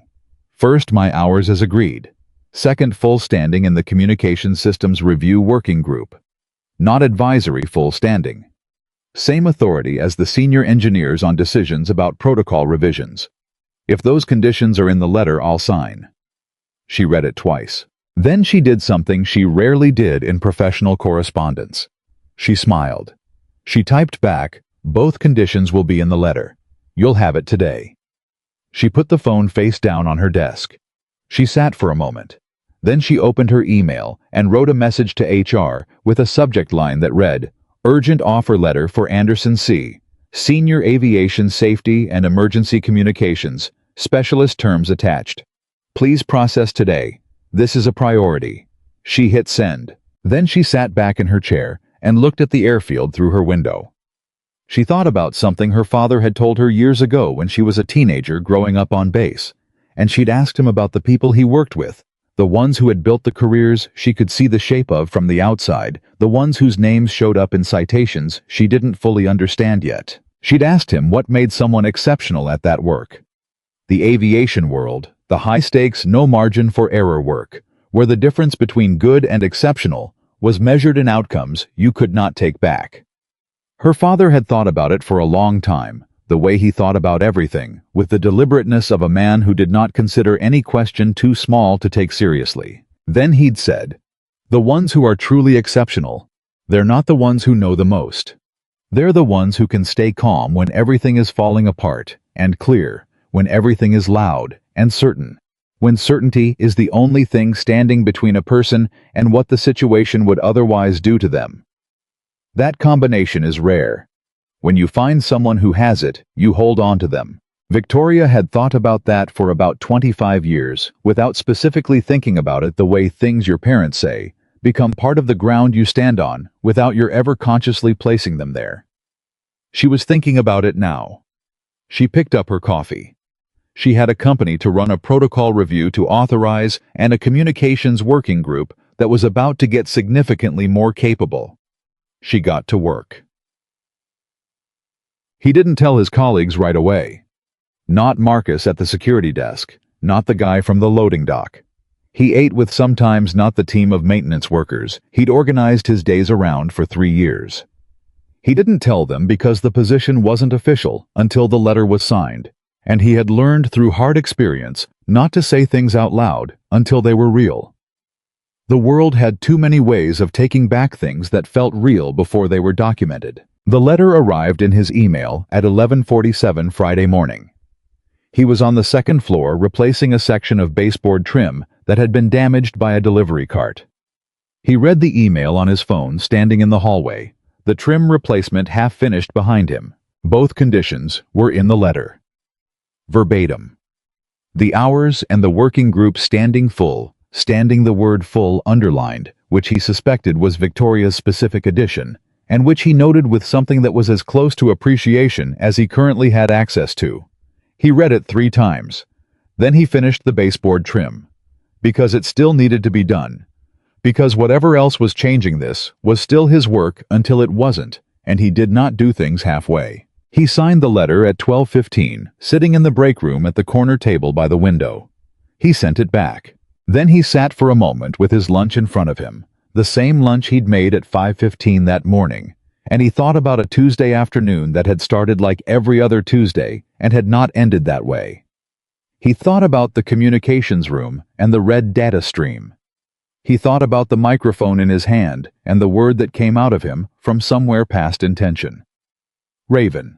9. I thought about what that name had cost him and what it had given him and what it meant to claim it again inside a building where he had spent 3 years learning to be nobody. He was not nobody. He had never been nobody. He had just been somewhere that couldn't see the difference. He ate his lunch. He finished his shift. At 2:58, he was at the school gate. The bell rang. Zara came out at full velocity, found him in the crowd, and the urgency left her face.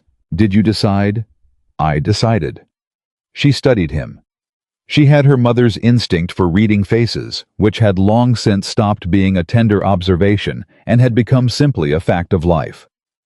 You took it. I took it. She thought about this for exactly 1 second. Good, she said. And she slipped her hand into his and they started walking, and she immediately began telling him about Jerome again, and whether what he'd done at recess constituted a violation of the social contract or just bad judgment. And Caleb listened, and they walked home through the afternoon, and the city moved around them the way cities do. Indifferent, enormous, full of people carrying their invisible weights. And Caleb Anderson carried his differently than he had that morning. Not lighter exactly, just differently. Like a man who had remembered that what he carried was worth carrying, and had decided to stop pretending otherwise.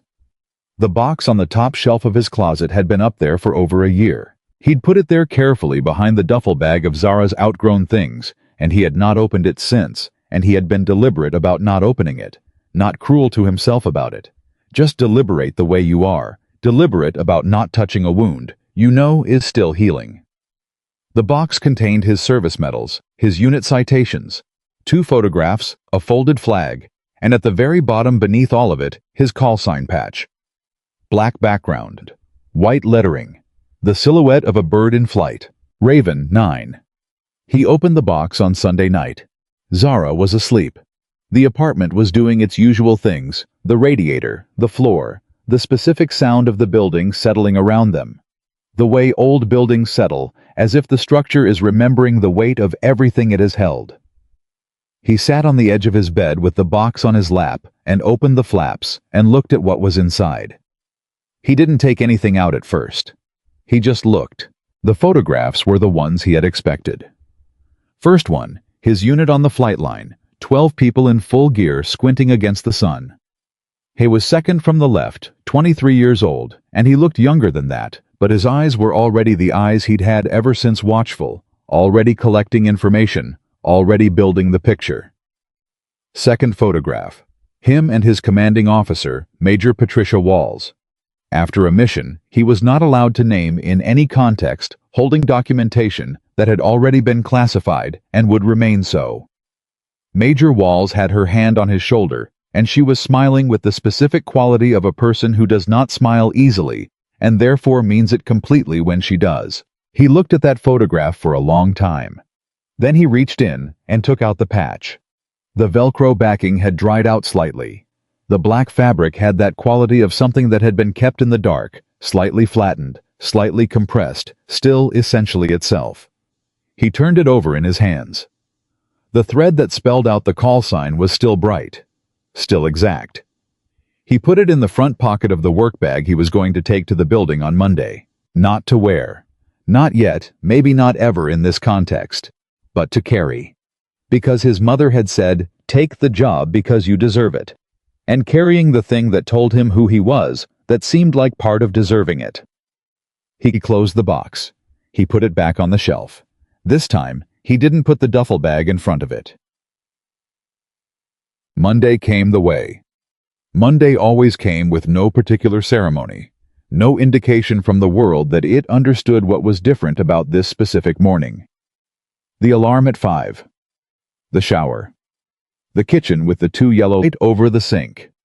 He made Zara's lunch, made his own, checked that her backpack had the revised water cycle essay, which she was submitting today, with the focused confidence of someone who had already decided the outcome. He woke her at 6:30, and she came to the kitchen table in the specific state of someone who is technically awake and actively resents the technicality.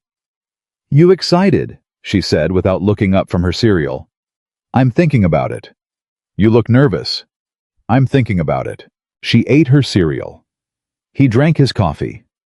They existed together in the early morning quiet that was one of the things he loved most about their life. The particular ease of two people who didn't need to fill every silence. "You're going to be the smartest person in the room," she said. "I don't know that." "Dad." She looked up. "You solved a thing in 15 seconds that nobody else could solve in 4 minutes. You're going to be the smartest person in the room. Being smart isn't always about speed." "I know, but it's a good sign." He finished his coffee. He rinsed the cup. He put on his jacket, not the gray work shirt, not the maintenance uniform. His own jacket. Dark blue, the one he wore to Zara's school events and to church at Christmas, and on the occasions when he needed to present himself as the full version of himself rather than the functional version. Zara watched him. "That's a good jacket," she said. "Thanks." "Dad." "Yeah." She put down her spoon. She looked at him with the full intensity of her attention, which when it was directed at you, felt like standing in a spotlight. "They should have seen you 3 years ago, but they see you now. That's something." He held her gaze. "When did you get so smart?" "I've always been this smart. You just notice in pieces." He laughed. He kissed the top of her head. He picked up his bag with the patch in the front pocket, and he walked out the door. Marcus saw him coming through the lobby from 40 feet away and knew immediately that something was different. It wasn't the jacket, though the jacket was notable.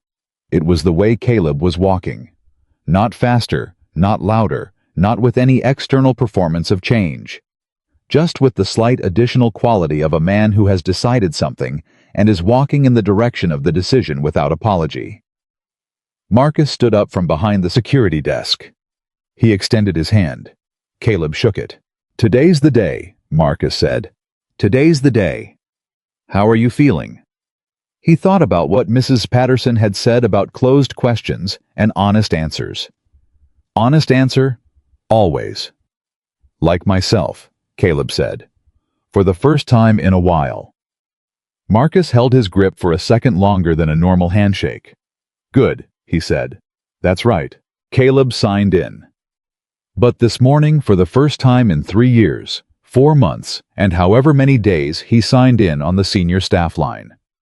The security tablet registered his new classification. A small thing. An administrative adjustment. He stood at the desk for just a moment looking at it. Then he went to the 4th floor. His new office was in the West Wing, which required his badge. His maintenance clearance had been updated to full engineering staff clearance over the weekend, and the first time he pressed his badge against the reader, and the light went green. Something in his chest registered the change in a way that he hadn't fully anticipated. It was not a large thing. It was a small green light and a soft click. But it was his. He had walked past this door for 3 years. On the occasions when maintenance work required it, always with the specific consciousness of being in a space conditionally at the tolerance of the people who actually belonged there. Now he belonged there. The office itself was small. A desk, a chair, a monitor, a shelf, a window that looked at the airfield. The airfield window. He stood at it for a moment before he sat down. An aircraft was on the runway preparing for takeoff. A trainer, by the look of it, lightweight single engine, the kind that instructors use to teach people what flying actually feels like before they graduate to the weight and power of something serious. He watched it accelerate. He watched it lift. He sat down. He opened his email. The first message was from Priya, sent at 7:02, which told him she had also arrived early, which he had already assumed about her working group meets at 9. Primary agenda is the protocol revision framework. I've sent you the draft spec document. I'd like your notes on the auto-correction trigger architecture before we meet. Welcome officially. Short. No ceremony. A task and a deadline. He found this deeply genuinely relieving. He opened the spec document and started reading. Chairman. At 8:47, 12 minutes before the working group meeting, a knock on his open door made him look up. The man in the doorway was someone he didn't recognize. Mid-50s dark suit, the quality of someone senior enough not to need to explain his presence anywhere in the building, but who had chosen to come to Caleb's office in a way that had the careful quality of something deliberate. Caleb Anderson. Yes. The man came in. He extended his hand. James Whitmore. Caleb looked at him. The name took 1 second to place. Victoria's father. The Air Force logistics officer she had grown up with on bases at air shows, listening to him talk about the people he'd worked with. The man who had taught her to understand what a call sign meant. Caleb stood. He shook the hand. James Whitmore had the handshake of a man who had spent 40 years around people who were measured by the firmness of theirs, and had never not once been found wanting. My daughter told me what happened Tuesday, James said. He looked at Caleb with the assessment quality of someone who was recalibrating based on what they were seeing in person versus what they had been told. She told me the call sign. Sir? I know what unit that designation belongs to. I spent 6 years working logistics for Special Operations Aviation. He paused. I don't know your specific record. Some of it I gathered is classified. Some of it. But I know the standard of what it takes to earn that call sign. And I know what it means that you walked into a civilian communications room after 3 years of doing something else entirely, and solved a crisis in 19 minutes that 14 people with advanced degrees could not solve. He looked at Caleb directly. I wanted to come and tell you that in person, because some things deserve to be said directly. Caleb held his gaze. I appreciate that, sir. I also wanted to ask you something, and you can tell me it's none of my business. Go ahead. The applications you submitted here 3 years ago, Victoria told me what she found when she investigated. James Whitmore had the expression of a man sitting with something that had been burning in him for several days, and that he had finally gotten close enough to address. I want to know if you're all right. Not professionally. I mean, are you all right?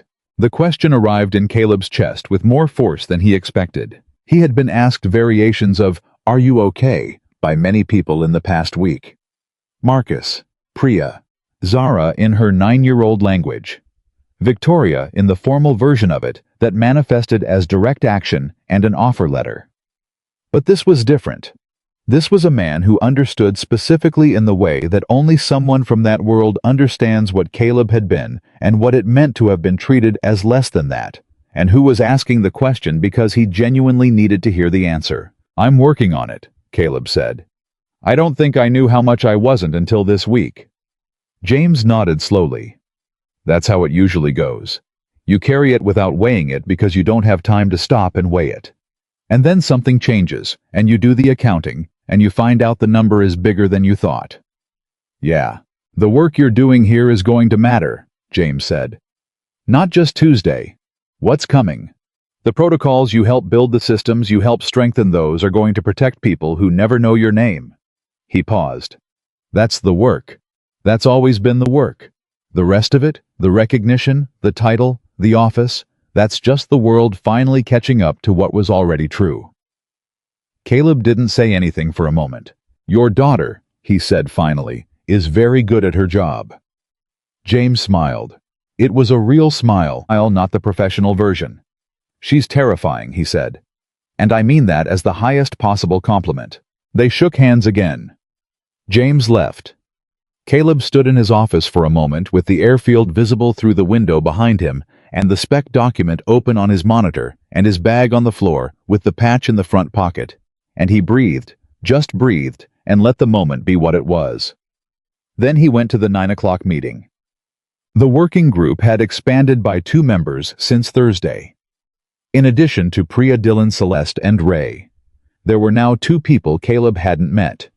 A systems architect named Gordon, who had the look of someone whose mind was most comfortable at the level of abstract structure, and a woman named Teresa from Flight Safety, who had a background in incident analysis and whose presence suggested that Priya had decided to widen the scope of the review in a direction Caleb approved of. They all sat around the conference table. Priya opened without preamble. "Before we get into the framework, I want to hear from Anderson on the spec document.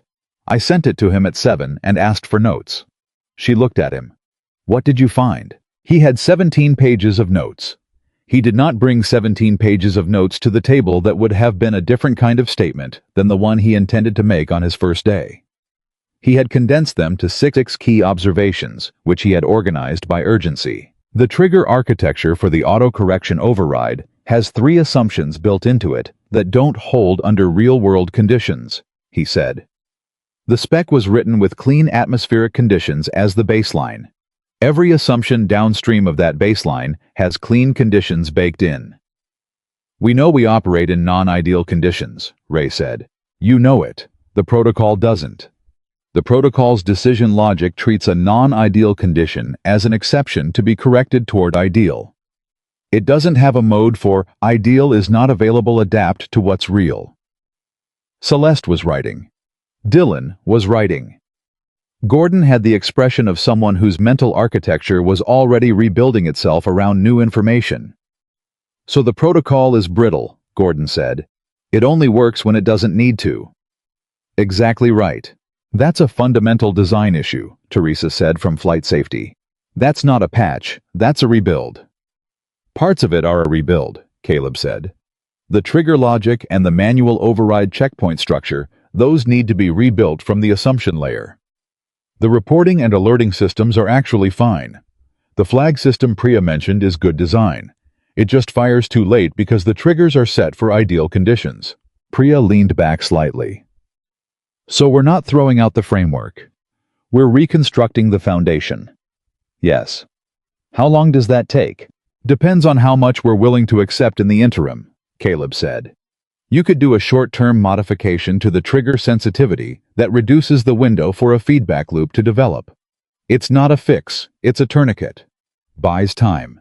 Probably 3 to 4 weeks of work." He paused. "The real rebuild is 6 to 8 months if we do it properly, meaning with real-world atmospheric scenarios as the baseline, not clean conditions." Ray crossed his arms, then uncrossed them. Caleb was starting to recognize this as Ray's tell the thing he did when he was processing something he didn't entirely want to accept. 6 to 8 months is a significant commitment, Ray said. Anything less is a protocol that's going to fail again under similar conditions. And next time you might not have... Caleb stopped. He hadn't meant to go there. He looked at the table for a second. Next time the situation might not resolve the same way. The room was quiet. He had not said, "Next time you might not have me." But everyone in the room understood that was what he had stopped short of saying, and the absence of the words was more effective than their presence would have been. 6 to 8 months, Priya said. "With the tourniquet in place immediately, we bring this to Victoria this week."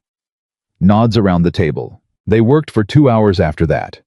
Real work, detailed, technical, the kind of specific problem-solving that requires everyone in the room to actually think and not just perform thinking.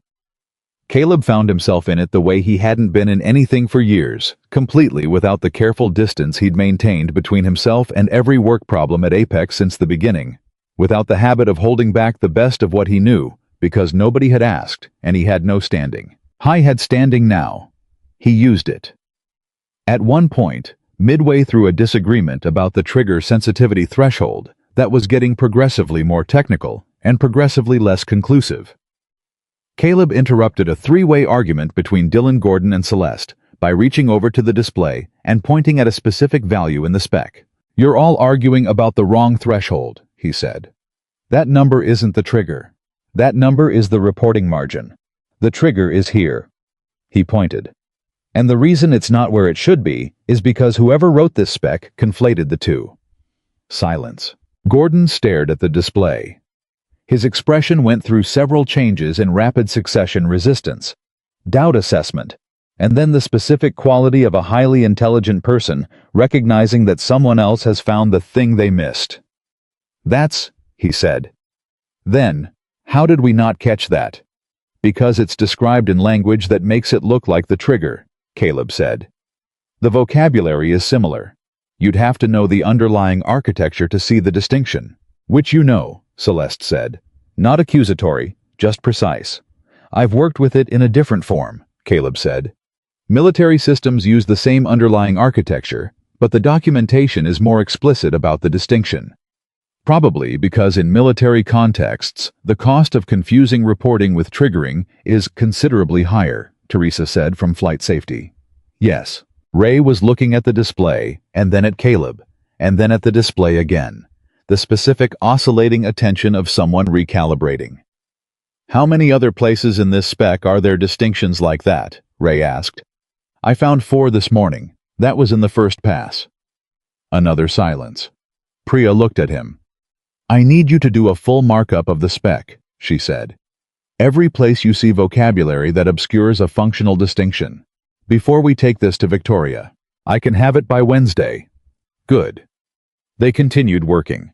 At 11:45, Ray, who had been the most resistant member of the group, the one whose acceptance had felt most provisional, the one whose uncrossed arms were always just one surprise away from recrossing, said something that Caleb did not expect. They were taking a short break, standing near the side table with the coffee, and Ray came to stand next to Caleb with his cup and said without any preamble, without any of the social softening that people usually applied to statements like this. I've been doing this for 12 years. I know this system as well as anyone in this building. Caleb waited. You caught something this morning that I would not have caught. Not in the first pass, maybe not in the second. Ray looked at his coffee. I want you to know that I understand what that means. What it says about how long you've been in this building not being used correctly. Caleb looked at him. I'm not going to apologize for the 3 years before you were in this room, Ray said. Because I didn't make those decisions, and apologizing for decisions I didn't make is theater. But I am going to tell you that this group works differently with you in it, and that I'm glad you're here. Caleb held the weight of that. Thank you, he said. Just that. It was enough. Ray nodded. They drank their coffee.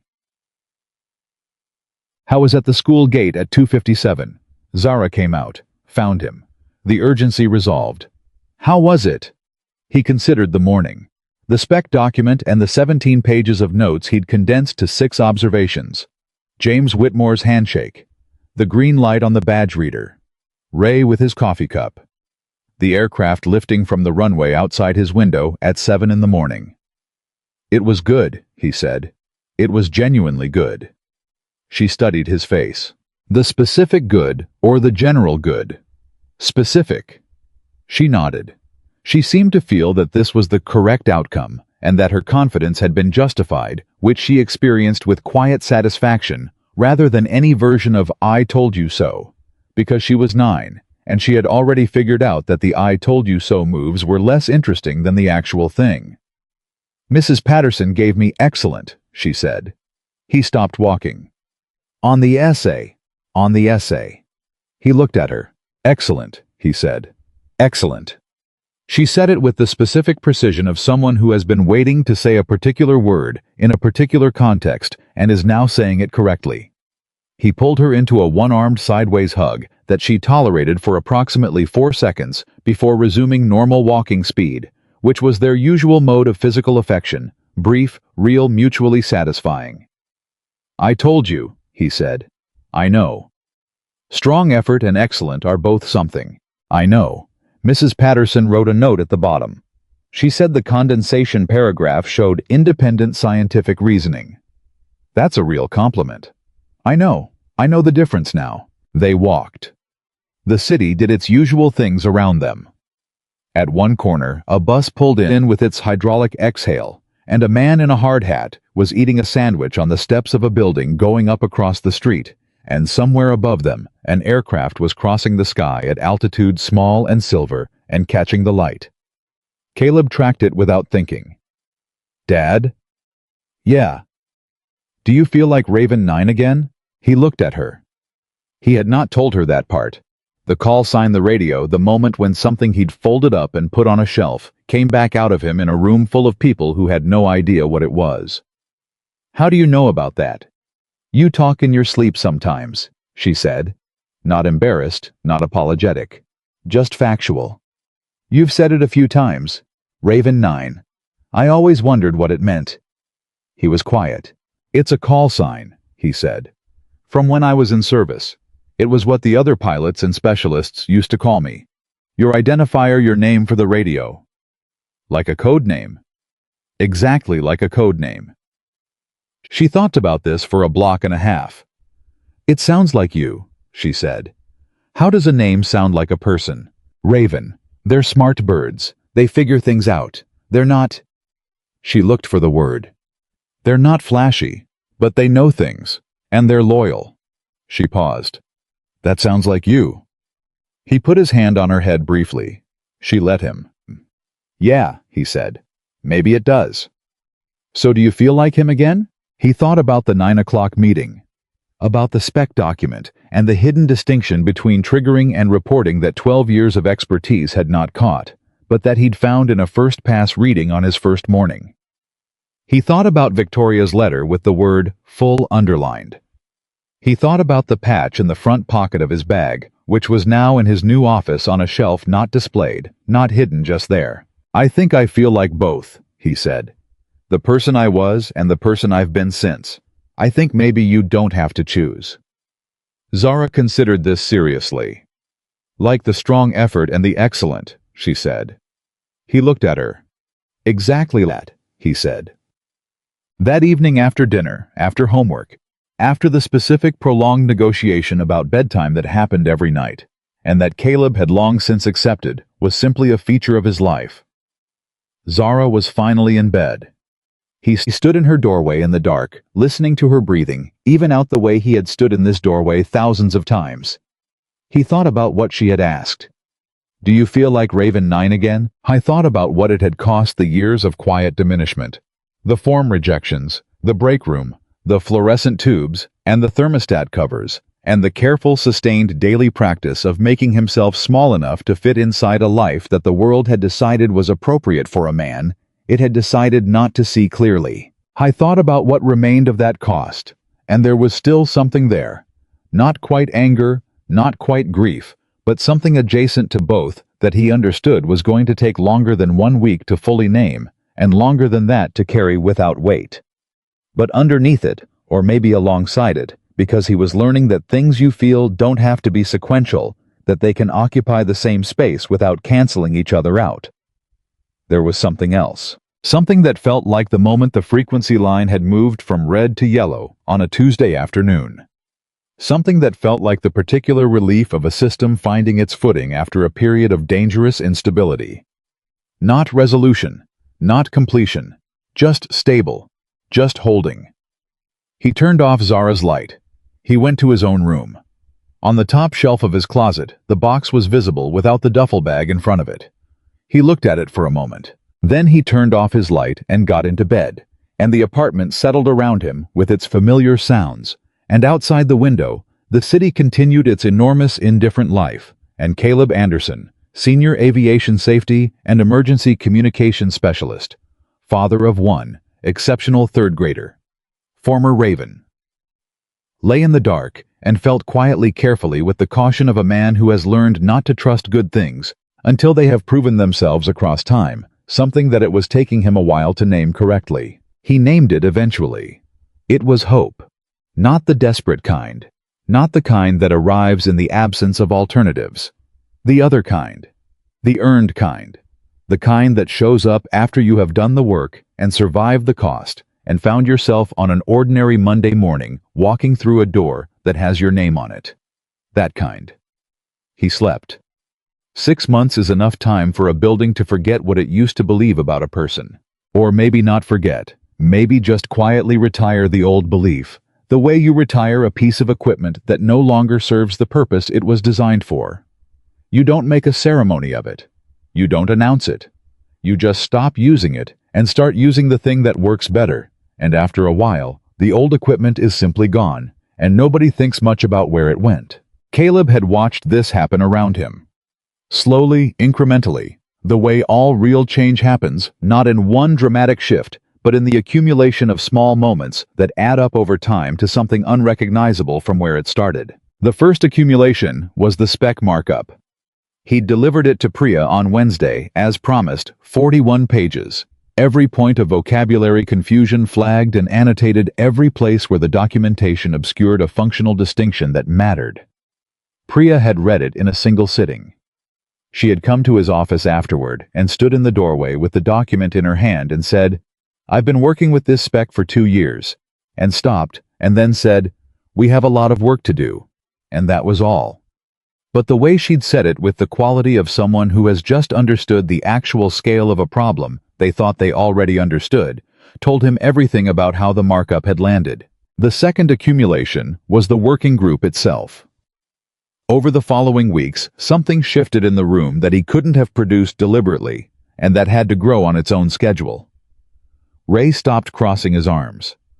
Dylan started bringing questions specifically to Caleb before the group sessions, not to be deferential, but because he'd recognized something about the way Caleb processed problems that was different from his own, and that he wanted to learn from, which Caleb found more satisfying than almost any other aspect of the new role. Celeste, who was measured with her attention and gave it only where she thought it was warranted, began routing flight safety scenario questions through Caleb's analysis before they went to Teresa, which told him more about her assessment of him than anything she could have said directly. The third accumulation was harder to name and more important than the other two. It was the thing that happened in the hallways. People talked to him now, not the careful corrective conversations of the first week. The apologies and the slightly self-conscious acknowledgments from people who felt the weight of what they hadn't seen. Those had faded. What replaced them was more ordinary and more meaningful people stopped him in corridors to ask his opinion on problems. Engineers included him in email chains he had no formal reason to be on, because they had learned through experience that his perspective was worth having. 2 project managers from divisions that had no direct connection to communications sought him out in the break room separately in different weeks, because someone in the building had told someone else who had told them that if you had a systems problem you couldn't see clearly, Anderson on 4 was worth talking to. He ate lunch in the break room, not always alone. The fourth accumulation, and the one he would remember longest, happened in the 8th week when the Falcon 27 pilot came to the building. His name was Captain David Reyes, and he was 41 years old, and he flew contracted test flights for Apex's aircraft evaluation program, and he had been on leave since the incident because the post-flight medical protocol required it, and because, as Caleb understood without being told, the experience of losing communications control in turbulence is not a thing you shake off in a weekend. He came to the 4th floor in civilian clothes on a Tuesday morning, 8 weeks to the day after it happened, which Caleb thought was probably not a coincidence, and asked the receptionist if he could speak to the person who had talked him down. The receptionist, who had been at Apex long enough to know most of the building's significant moments, brought him to Caleb's office without hesitation. Caleb looked up from his monitor. David Reyes was a compact man with the careful posture of someone who had spent decades fitting themselves to cockpits, and he had the eyes of a person who had recently looked at something they were glad they survived and who had not yet stopped looking at it. He stood in the doorway. Caleb stood up. They looked at each other for a moment. "I wanted to come in person," David said. "I could have sent an email. I didn't want to send an email." "I understand that." David came in. He sat down in the chair across from the desk. He had his hands on his knees, and he was looking at Caleb the way people look at someone they have only heard and never seen, assembling the visual into the picture they'd already formed from the voice. "When I lost primary comms," David said, "and I was hitting the turbulence and everything was telling me the system was trying to correct and nothing was working. There's a specific feeling that comes in that moment. I don't want to overcomplicate it. It's fear. It's straightforward fear, and the training handles most of it, but underneath the training, it's still fear." Caleb said nothing. He listened, and then your voice came through on the emergency secondary. David stopped. He was working to keep his voice at the level he wanted it. "You said Falcon 27, this is Raven 9. Confirm communication." He paused.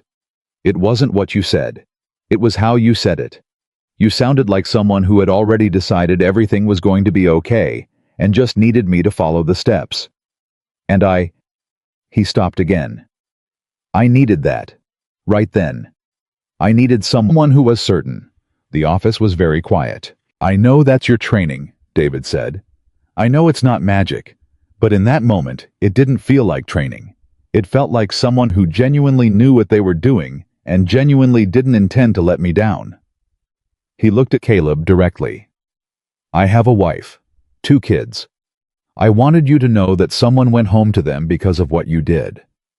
Caleb held very still. He thought about the morning of that Tuesday 8 weeks ago, about his cart in the hallway, about the red data stream he'd read through the glass partition, about the specific pull of a problem he understood in a situation where a person's life was part of the equation that had cut straight through 3 years of carefully maintained invisibility and said this matters more than your strategy for surviving this building. I'm glad you went home, Caleb said. Can I ask you something? Yes. The call sign, Raven 9. My flight debrief team spent 2 days trying to trace it. Couldn't find it in any civilian registry. One of them told me it was Special Operations Aviation. It is. David looked at him. What made you use it in that moment? You could have just said maintenance or emergency support or... Caleb thought about this honestly because it deserved honesty. I don't entirely know, he said. I think... He paused. I think it came from the part of me that knew what the situation needed. And what it needed was for you to understand immediately that the voice on the other end of that radio was someone who had been in situations like that before. That you weren't being guided by someone reading from a manual. He looked at his desk. The call sign said that faster than I could have explained it. It said, I know this territory. Trust me. David nodded slowly. It worked, he said. I know. David stood. He extended his hand. Caleb shook it. The handshake had a quality firm, sustained the handshake of 2 people who understand that the thing they're acknowledging is larger than the gesture, but that the gesture is what's available. Thank you, David said. For real. Thank you. After he left, Caleb sat in his office for a while without doing anything else. Outside the window, the airfield was doing its quiet mid-morning business. A ground crew moving equipment, a plane on the taxiway, beginning its approach to the runway. The whole ordinary, extraordinary machinery of aviation, proceeding with its usual combination of precision and routine. He thought about what David had said. You sounded like someone who had already decided everything was going to be okay. I thought about whether that had been true. Whether in that moment, in those 19 minutes, he had actually believed everything was going to be okay, or whether he had simply performed that belief with enough conviction that it served the same function. He thought about his mother on the phone, take the job because you deserve it. He thought about Zara at the school gate, they see you now. That's something. He thought about Major Patricia Walls, with her hand on his shoulder, smiling the way she smiled when she meant it. He thought about the patch in his bag, which was now on the shelf, which he could see from where he sat. He reached over and picked it up. He turned it over once in his hands. He looked at the white lettering on the black background. Then he set it back on the shelf. Face out this time. He went back to work. The protocol rebuild was presented to Victoria's leadership team on a Thursday morning in the 11th week. Priya led the presentation. Caleb sat at the table with the rest of the working group, not at the head of it, not in the back of it, at the table with equal standing, which was what the offer letter had said and what Victoria had made real. The proposal was detailed, ambitious, and expensive. The tourniquet measures had already been implemented and were holding. The full rebuild would take 6 months and require additional staffing and a testing program that would temporarily reduce the pace of other projects. Victoria's leadership team had opinions. A man named Hargrove, who ran the business development division, and who Caleb had come to understand was the person in most meetings whose primary function was to translate everything into cost, leaned forward and said, 6 months is half a year of reduced capacity in the testing division. The client pipeline doesn't pause for an internal rebuild.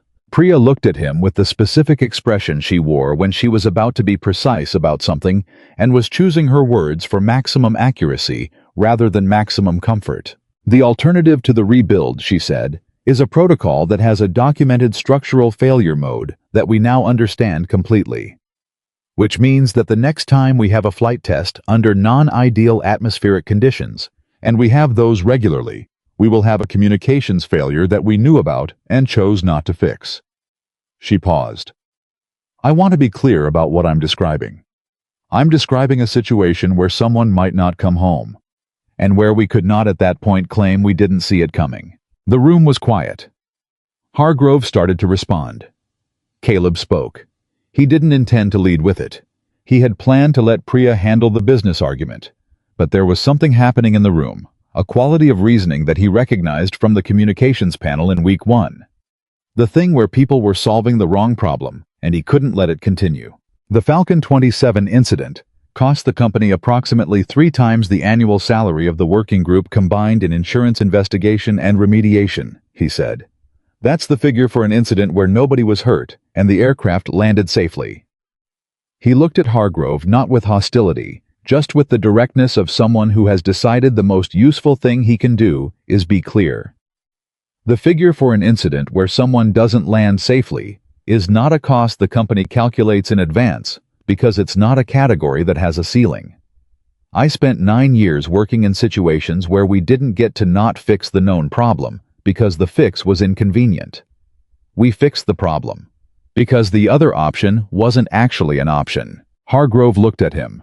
The room looked at him.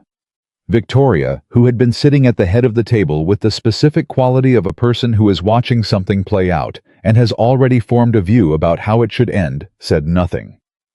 6 months, Caleb said. And a protocol that the people flying under it can trust. That's what I'm describing. The business case for that isn't complicated. Silence. Hargrove looked at his notes. He looked at the proposal document. He looked back at Caleb. 6 months, he said. 6 months. Hargrove sat back. He did the thing people do when they have been given an argument they cannot counter and have chosen to stop trying. All right, he said. Victoria approved the rebuild that afternoon.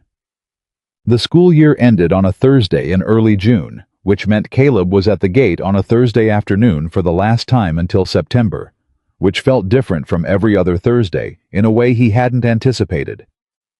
Zara came out of the building with the specific energy of a person who has just been released from something and is experiencing the release as physical moving fast backpack, swinging face open and bright.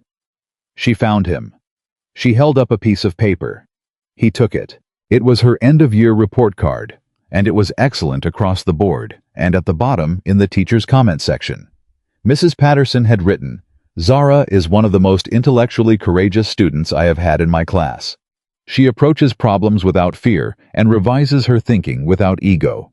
This is a rare combination. I expect great things. He read it twice. Then he folded it carefully and put it in his jacket pocket. The same jacket he'd worn on his first day, the dark blue one that Zara had said was a good jacket. Well, she said. Mrs. Patterson knows a strong effort from an excellent, he said. This is an excellent. She allowed herself the full satisfaction of that. Not the 1-second version, the real one. They started walking. Dad, can I ask you something? Always. Are you happy like right now? Not eventually happy or happy in general. Right now, happy. He thought about David Reyes in the chair across from his desk. About Ray with his coffee cup. About the patch on the shelf face out. About the rebuild that 6 people had spent 11 weeks building, and that was going to protect people who would never know their names. About the green light on the badge reader every morning. About the aircraft on the runway at 7 in the morning lifting. Yeah, he said. Right now happy. She nodded. She put her hand in his. Good, she said. Me too. The thing about the box in the closet was that he'd stopped needing to decide what to do with it. That was how he understood something had actually changed. Not the job title, not the salary, not the corner of the 4th floor with the airfield window. Those were real and they mattered, but they were external. And the external stuff had always been capable of being taken away, and he'd known that from the beginning. What had changed was internal, and internal things don't announce themselves with the drama of external ones. They just quietly become true. He opened the box one more time on a Saturday morning in late June, when Zara was at a friend's house and the apartment was his for a few hours in a way it rarely was. He sat on the edge of the bed with the box on his lap, the way he had 8 months ago, and he took out the photographs. His unit on the flight line. 23-year-old Caleb II from the left, already carrying the watchful eyes he'd carry for the rest of his life. He looked at the faces around him. He knew where most of them were, now scattered across the country, some still in service, some not. He had not spoken to most of them in years, because the life he'd needed after discharge had required a different kind of focus, and they had understood. And the bonds built in service don't break just because you stop being in contact. They are a different kind of bond. They are built from the specific material of shared difficulty, and that material does not deteriorate. I thought I should call some of them. Not because anything had changed about the past, but because he was, for the first time in a long time, fully present enough to do it. Because you cannot reach back toward the things that made you when you are spending all your energy managing the distance between who you were and who you are allowed to be. He had spent a long time managing that distance. He was done managing it. He set the photograph on the bed. He took out the second one. Major Patricia Wall's hand on his shoulder, the smile she saved. He had not looked at her face in over a year, and he looked at it now and felt the specific clean grief of missing someone who is still alive, but who exists at a remove that life has created. He thought about whether to reach out. He thought about what he would say. He thought, I came back. I thought you should know. He would write to her. Not today, but soon. He put the photographs aside. He reached into the box for the last thing, not the patch which was on his shelf, which had already found its place, but the folded flag. He held it in both hands. It had the weight of something that has been kept carefully, that has been given the protection it deserved, even by someone who was trying to forget everything it represented. He had taken care of it without meaning to, the way you take care of things that are part of you even when you're not paying attention. He sat with it for a long time. Then he put it back. He closed the box. He put the box on the shelf with the flaps visible, not the seam. Not hidden, not displayed. Just their acknowledged present part of the same space as his regular life, because it was part of the same space. Because the man who had earned what was in that box, and the man who had spent 3 years replacing fluorescent tubes and thermostat covers, were not two different men. They were the same man in different chapters, and all the chapters were real, and all of them had made him who he was, standing in this room at this moment. He closed the closet door. He made coffee. He stood at the kitchen window with his cup and looked at the 17 drawings Zara had taped to the glass, birds and clouds, and the sun with the face that was not supposed to be funny, and 3 new additions she'd put up in the last month. An airplane in careful pencil with the wings slightly uneven. A bird that was clearly meant to be a raven, and a figure that was undeniably him. In the dark blue jacket standing in front of something tall that might have been a building or might have been the sky. He looked at the raven for a long time. His phone buzzed on the counter. He picked it up. A message from Dylan Park. Hey, I've been working through the Section 4 trigger architecture, and I think I found another vocabulary confusion. The kind you described in the spec markup. Can you look at what I'm seeing when you get a chance? I don't want to bring it to the group until I'm sure I'm reading it right. He looked at the message. He thought about Dylan, 26 years old, the MIT master's degree, the earnest quality of someone who had not yet learned to protect himself by being less earnest. He thought about how Dylan had stepped aside when Caleb said please. How Dylan had come to the corridor and apologized with directness and without theater. How Dylan had been coming to him with questions, not out of deference, but out of the genuine desire to learn something real, and how that desire had nothing performative in it. He wrote back, "Send me what you have. I'll look at it this morning." He put the phone down. He finished his coffee. I thought about the work ahead. The 6-month rebuild, the testing program, the atmospheric scenario, library. They were building the thing they were constructing together that would outlast all of them individually. He thought about Priya and Ray and Celeste and Gordon and Teresa and Dylan, about the particular combination of people and knowledge that a room had assembled, and about how he was part of it. Now genuinely part of it in the way that is not about inclusion as a concept, but about what actually happens when you sit around a table with people and solve hard problems together. He thought about Victoria Whitmore with her spread hands. I didn't look past it. That was my failure. You're not yours. He thought about his mother. You stopped taking up space because the room made you feel like you weren't allowed. That's a different thing. He thought about Zara at the school gate. They see you now. That's something. He thought about Captain David Reyes in the chair across from his desk. Someone went home to them because of what you did. I thought about the green light on the badge reader every morning, every day. He thought about 19 minutes on a Tuesday afternoon when a red data stream went to yellow, and a man's voice came through a speaker with relief so profound it changed the quality of the air in a room full of people. I thought about the 3 words that had started all of it. The 3 words that had come from somewhere deeper than intention, from the part of him that had been folded up and put away, and that had waited with the patience of something that knows its own value for the moment when it was needed. Raven. 9. He picked up his phone. He opened his contacts. He scrolled to a name he had not called in 2 years, a man named Theo, who had been third from the left in the photograph on the flight line, who was now in Phoenix, or had been the last time they'd talked, who had served alongside him in 2 of the 6 classified missions, and who had understood without Caleb ever having to explain it every single thing that service had cost and given and required. He pressed call. It rang twice. Well, said the voice on the other end, with the specific warmth of someone who is surprised and glad in equal measure. Look who remembered I exist. I remembered, Caleb said. I've been busy. So I heard. Actually.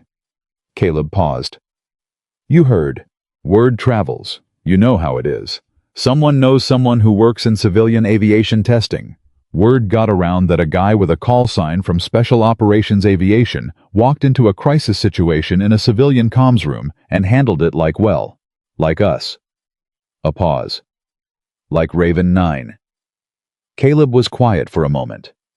Yeah, he said. Like Raven 9. I'm glad, Theo said.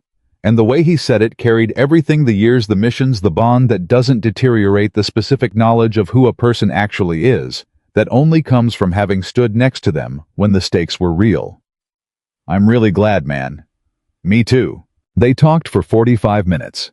It was the easiest conversation Caleb had in years, not because it was simple. They covered ground that was not simple, but because it was true in the specific way that conversations are true when both people are being fully themselves. When they hung up, Caleb sat for a moment with the phone in his hand and the kitchen quiet around him and the drawings visible on the window and the sound of the city doing its usual things outside. Then he opened Dylan's message. He read what Dylan had sent: the spec section, the flagged passage, the careful, earnest question underneath it. Am I reading this right? He looked at the passage. Dylan was reading it right. It was another vocabulary confusion. Another place where the documentation had buried a functional distinction that mattered. And Dylan had found it because he was learning how to look, learning the specific quality of attention that Caleb had spent 11 years developing in conditions that taught you what it cost to miss things. He wrote back, You're reading it right. You found it. Bring it to the group. Monday, this is yours. Walk us through it. He put the phone down. He stood up. I went to Priya's spec document, opened it on his laptop, and started working. Not because Zara wasn't home. It was Saturday. The morning was his, but because he wanted to. Because the work was interesting and important, and he was good at it. And those 3 things existing together in the same place, in the same life at the same time, turned out to be not a small thing. It turned out to be the thing.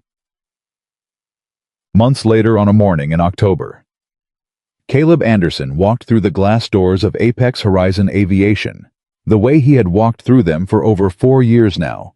The first 1.5 years in the gray shirt, the last 2.5 in the dark blue jacket, and nodded to Marcus at the security desk, and signed in on the senior staff line, and rode the elevator to the 4th floor, and pressed his badge against the reader, and watched the light go green.